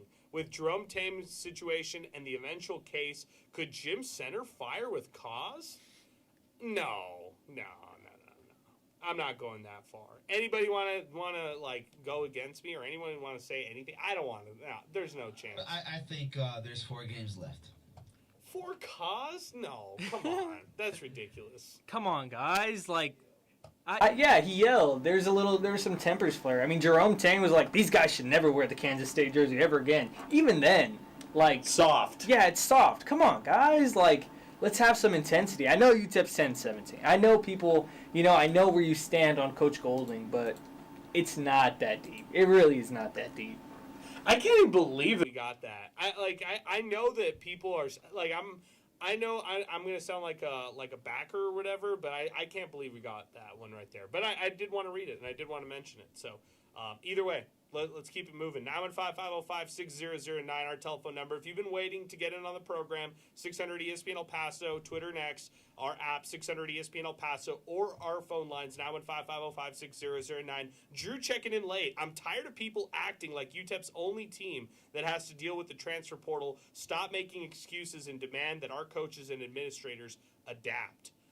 Exactly. I'm with you, Drew. Yeah, like, they're not the only school that has to adapt. Like, they're not the only school who's losing teams or losing players or has to think right now which players are going to leave in the offseason. It's not the only one. So with you on that completely. Augustine is next with us on the phone lines, 915-505-6009. Augustine, my man, what's going on?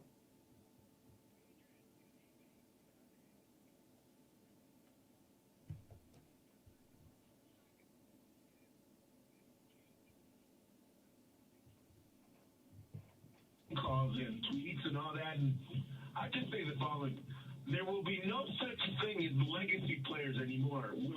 We're at that point, correct? Yeah. Okay, here's the thing: we need to have legacy coaches, that are for sure going to be at a program and give a sure thing to those players, like a sure coach, you know, and give him time, give Golding a 15-year contract so he can actually build something, build some kind of rapport, build some kind of some kind of quote-unquote equity with the program, because unless UTEP gets one of those big-name coaches down here, then players are not going to want to come down here. He's going to have to convince the medium players to come down.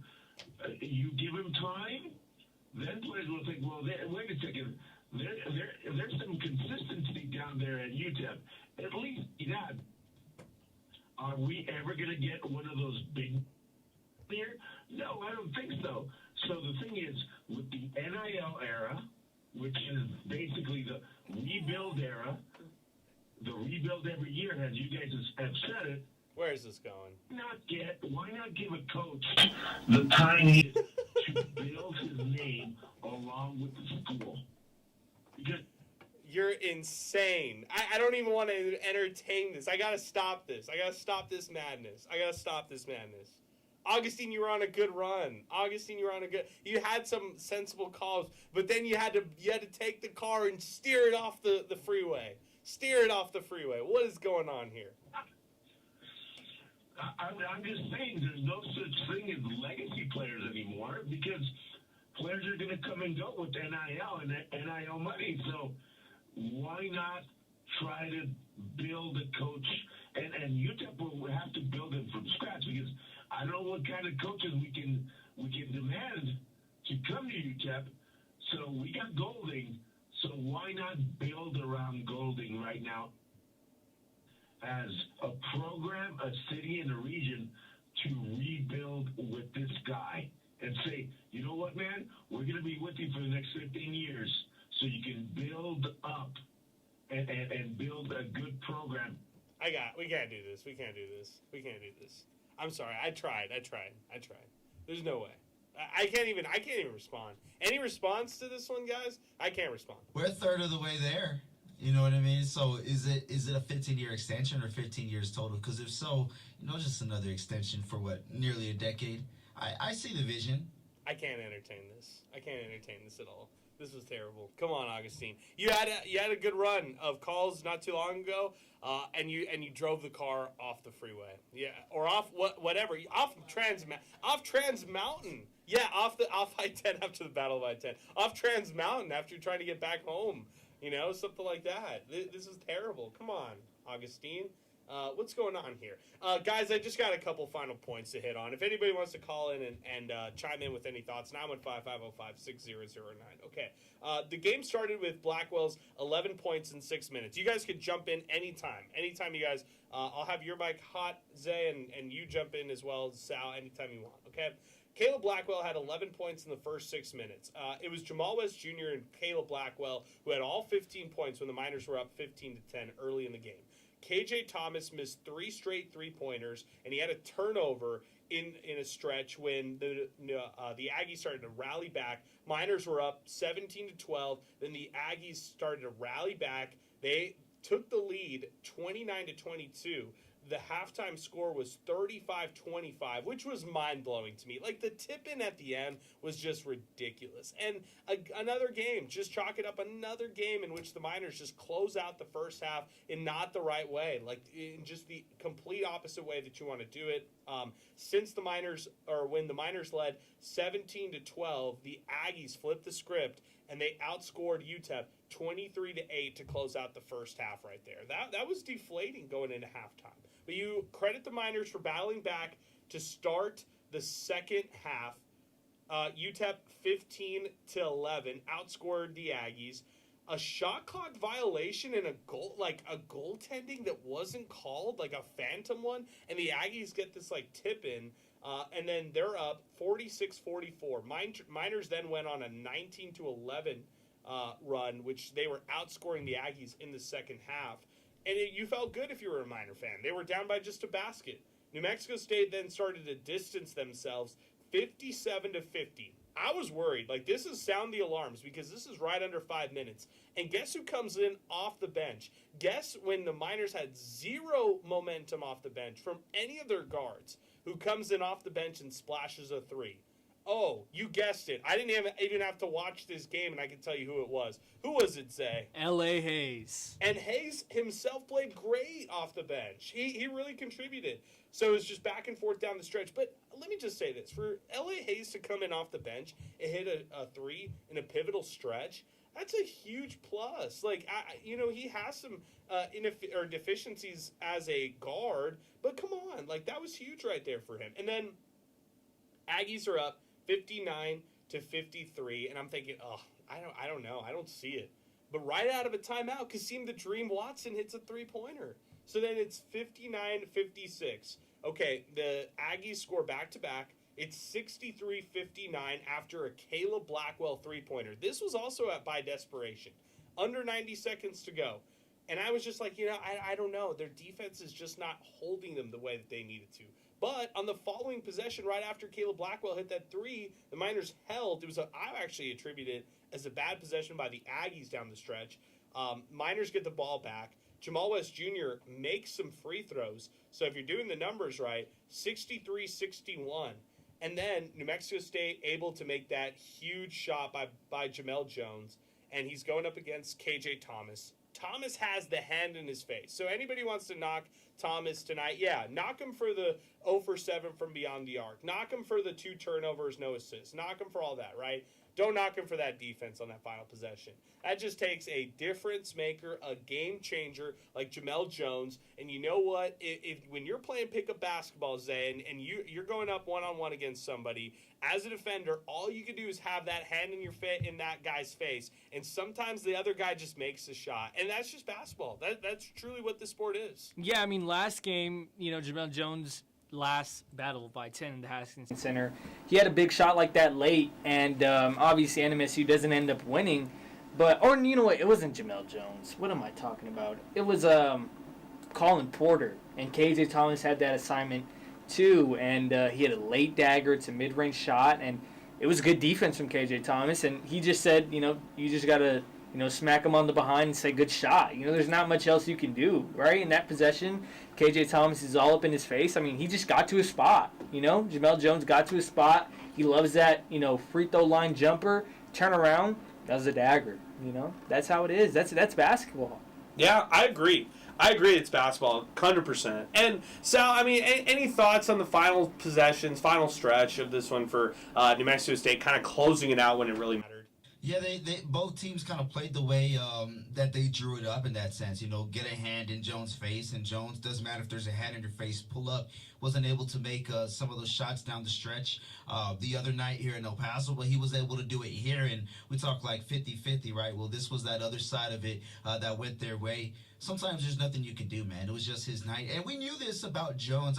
Matter of fact, not us, but like in general, I think every team that the Aggies go against, their coaching staff knows it. The players know it. Jones is going to get it sometimes, and it's just going to let it rip, and you can't do anything about it. So if the game's, kind of, on the pendulum, and he has the ball, they're going to have a chance. This is coming in from Joe Chacon, who's like texting me during the show. And shout out to Joe Chacon, our pal, who always listens. Hey, the true Call of Famers are out tonight, and the MinerTalk legends, including Joe Chacon, who says, dang, you're reading a burner's hashtags and not mine? Hashtag where's the love? Hashtag Zane's in training. Hashtag where's Waltzer? I have no clue what that is. This is the one I like. Hashtag Sal, let's get a game in. I love it, but Joe, I gotta say this, man. We gotta advance the league. If you know, you know. We have to, man. And I'm sorry, like, man, we just finished the first season like maybe 3 weeks ago. Guys, basketball season had been over like a month and a half, or football season had been over a month. I didn't even know who was on the team anymore, so nah, I'm messing with. Maybe tonight, we'll see. Hashtag still needs to play Broaddus. Hashtag page all the rage. Hashtag where's my follow, ma'am? That's hilarious. And then his other hashtags from his previous one was hashtag sleepy Jim, hashtag reppin' from El Chuco now, hashtag Brock is my OG, hashtag Sal is my pal, hashtag Zay all the way, Another hashtag Sal Let's Play. Man, he really wants to play some video games, Sal. I've played him, on the CFB 26, and it's so funny because when I get to play him, like, I don't play until everybody else is asleep. And we play until ungodly hours of the night. Like, one time we ended at 3, but it's so funny because I have my headset on, and I'm whispering the whole time because I don't want to wake up my 2-year-old son. And then my wife comes in, I can hear you. And it's like, so no matter what, like, I'm banned from using a headset now. There's no chance that I'm whispering on a headset, Sal. So you're doing God's work right there to make that happen. There you go. Okay, that makes sense. This is coming in from El Paso Visuals Deportivos. Enough about tonight's scuffle between UTEP and NMSU. When are we going to talk about AB's mullet? The lettuce, though, not a mullet. It's just kind of like a flow, but I appreciate you.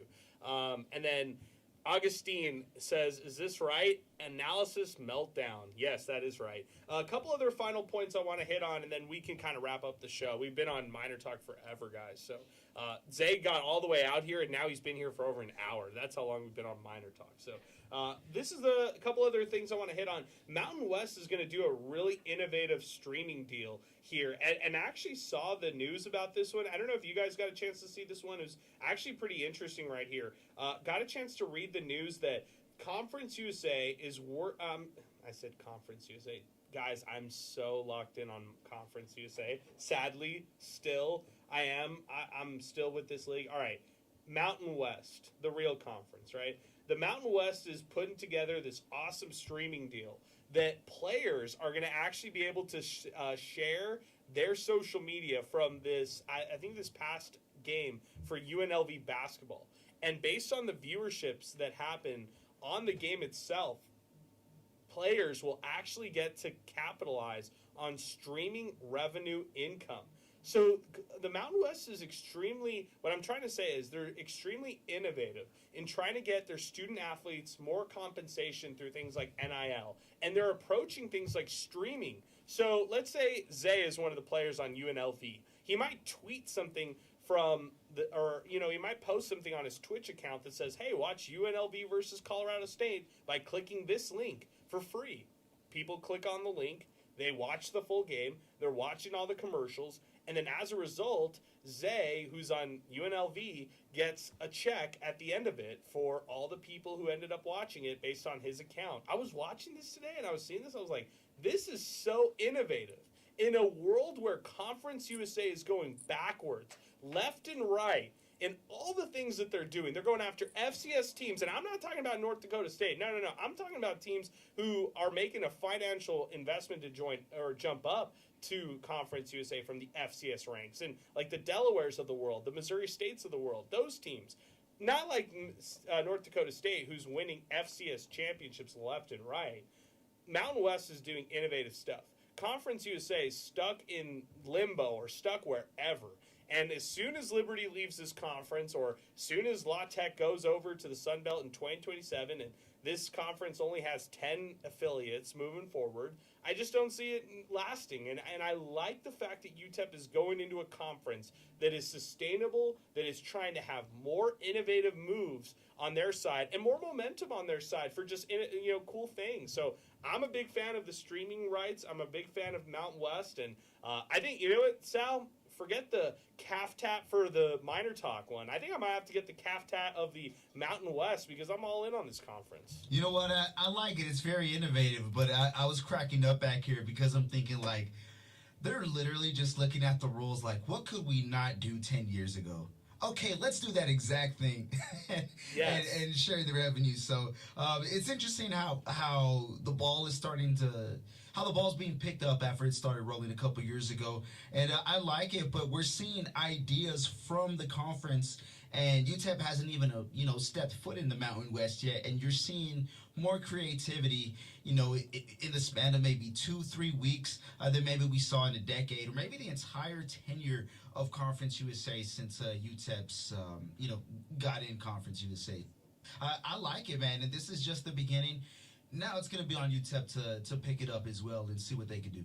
Zay, the women get a big win today, 69-58 against the Aggies. This one helps them as they try to make the Conference USA tournament in Huntsville, Alabama. All 5 of their starters score in double figures. Yeah, big win. And going back to the Mountain West talk, missed opportunity to call it Mountain West Plus. There you go. They could have called it ESPN Plus, Mountain West Plus. There you go, Zay. Yeah, that would have been fun. But yeah, big win.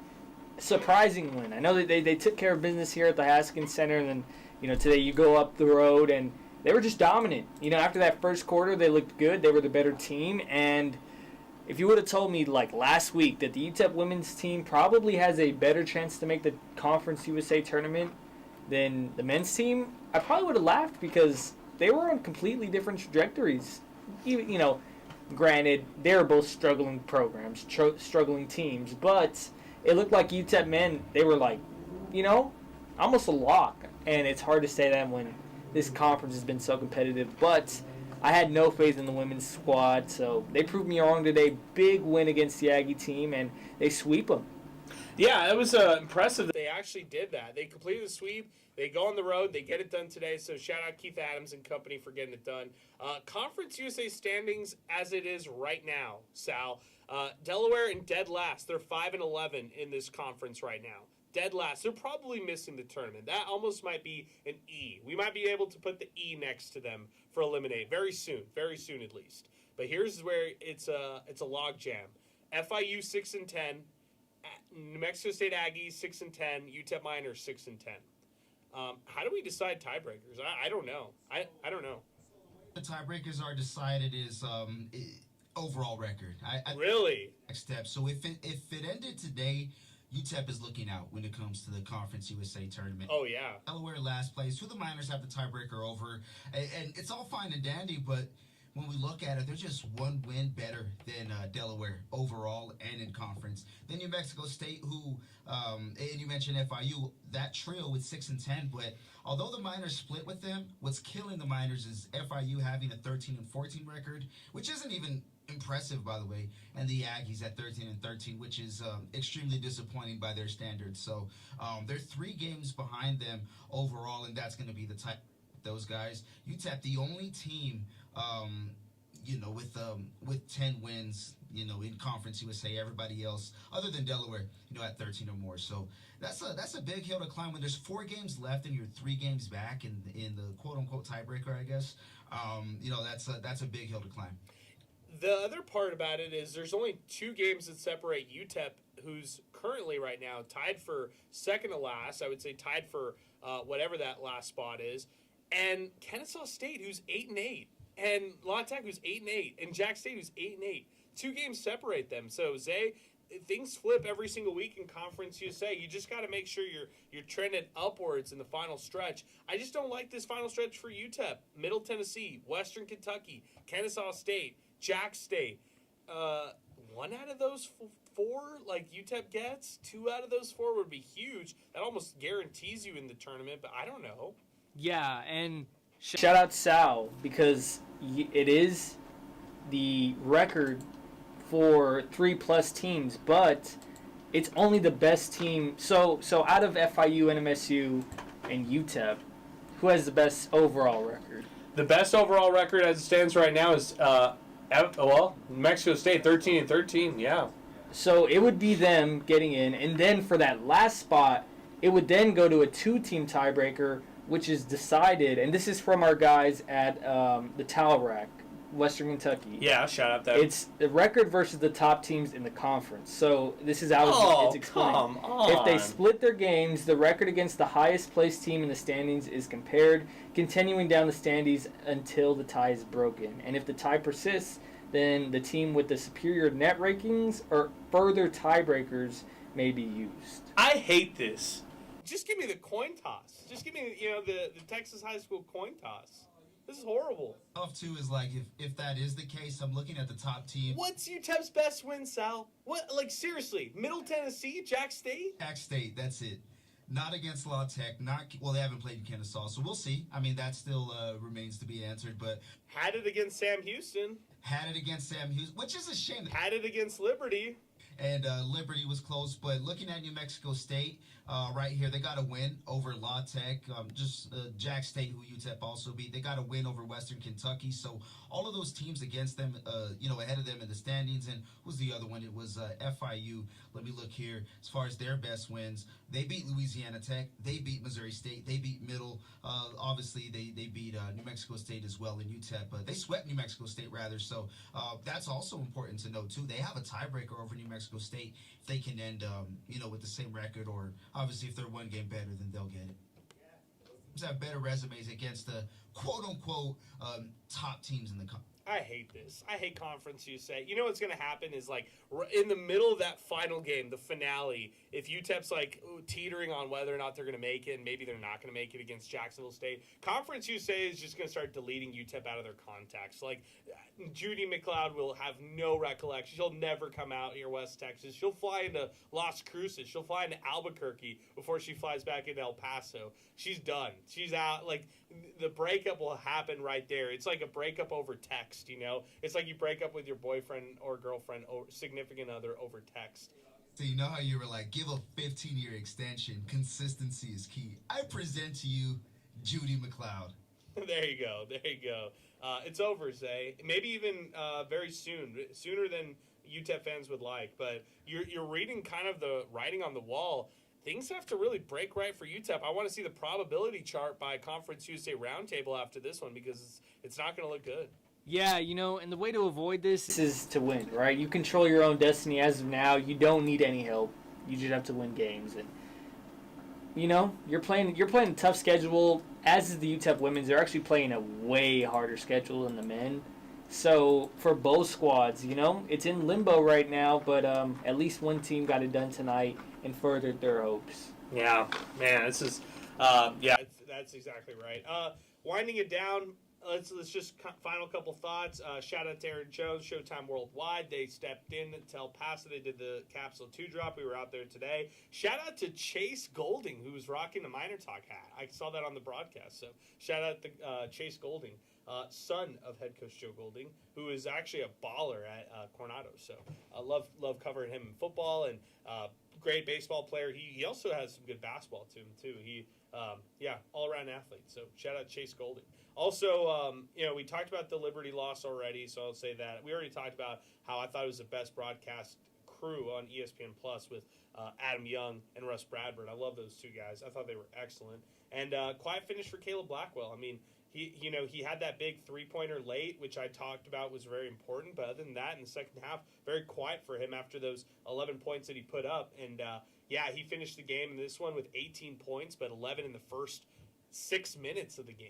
And, closes out the game with, 7 points? So you need a little more from Caleb Blackwell. But aside from Blackwell, you need more from Kasim Watson, who had just 8, and Elijah Jones with only 5, all being in the second half. That's just not going to cut it for UTEP. So Miners, turn the page. It's Middle Tennessee. It's Western Kentucky. I have them losing both games, guys. What about you, Zay? Where do you have them next week?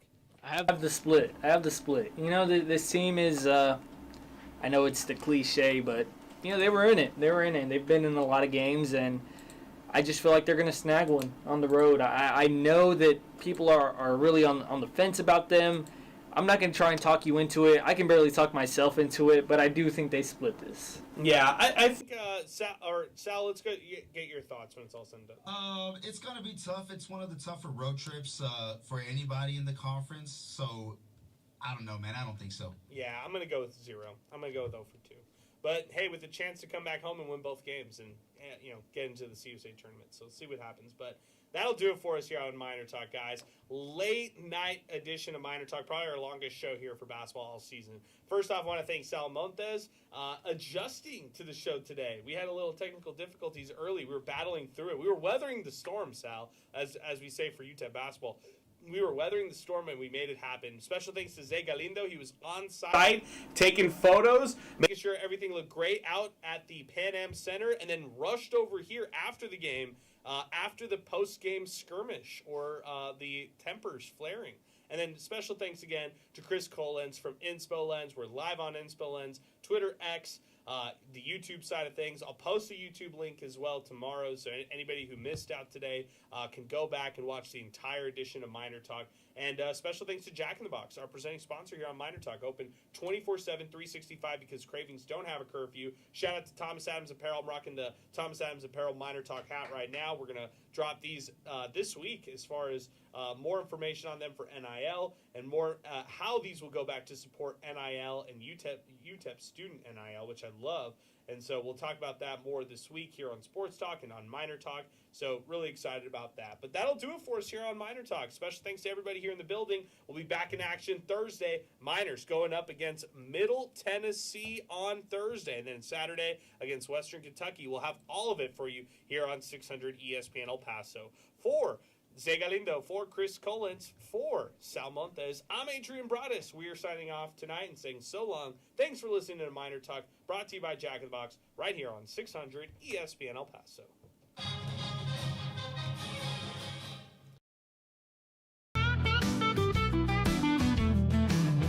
Cruising down the streets of BP, you know where the Miners be. Tune in when the sun goes down, Miner Talk's the word in town. From the Sun Bowl to the lights, we're talking football every night. Win or lose, we're standing tall. El Paso's pride, we've seen it all.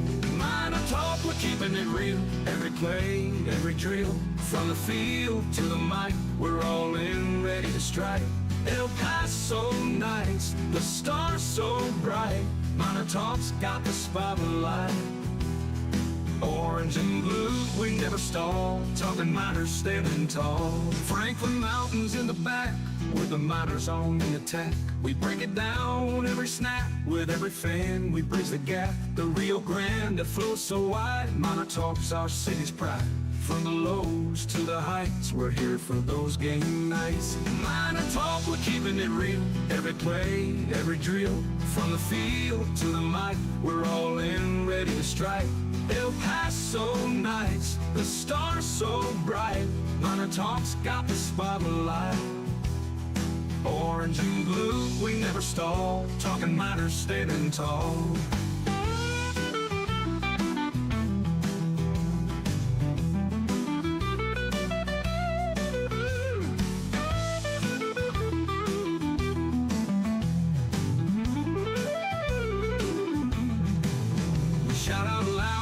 Crowd, every voice we make it proud.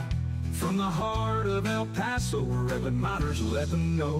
Miner Talk, we're keeping it real. Every play, every drill. From the field to the mic, we're all in, ready to strike. El Paso nights, the stars so bright. Miner Talk's got the spotlight. Orange and blue, we never stall. Talking Miners standing tall.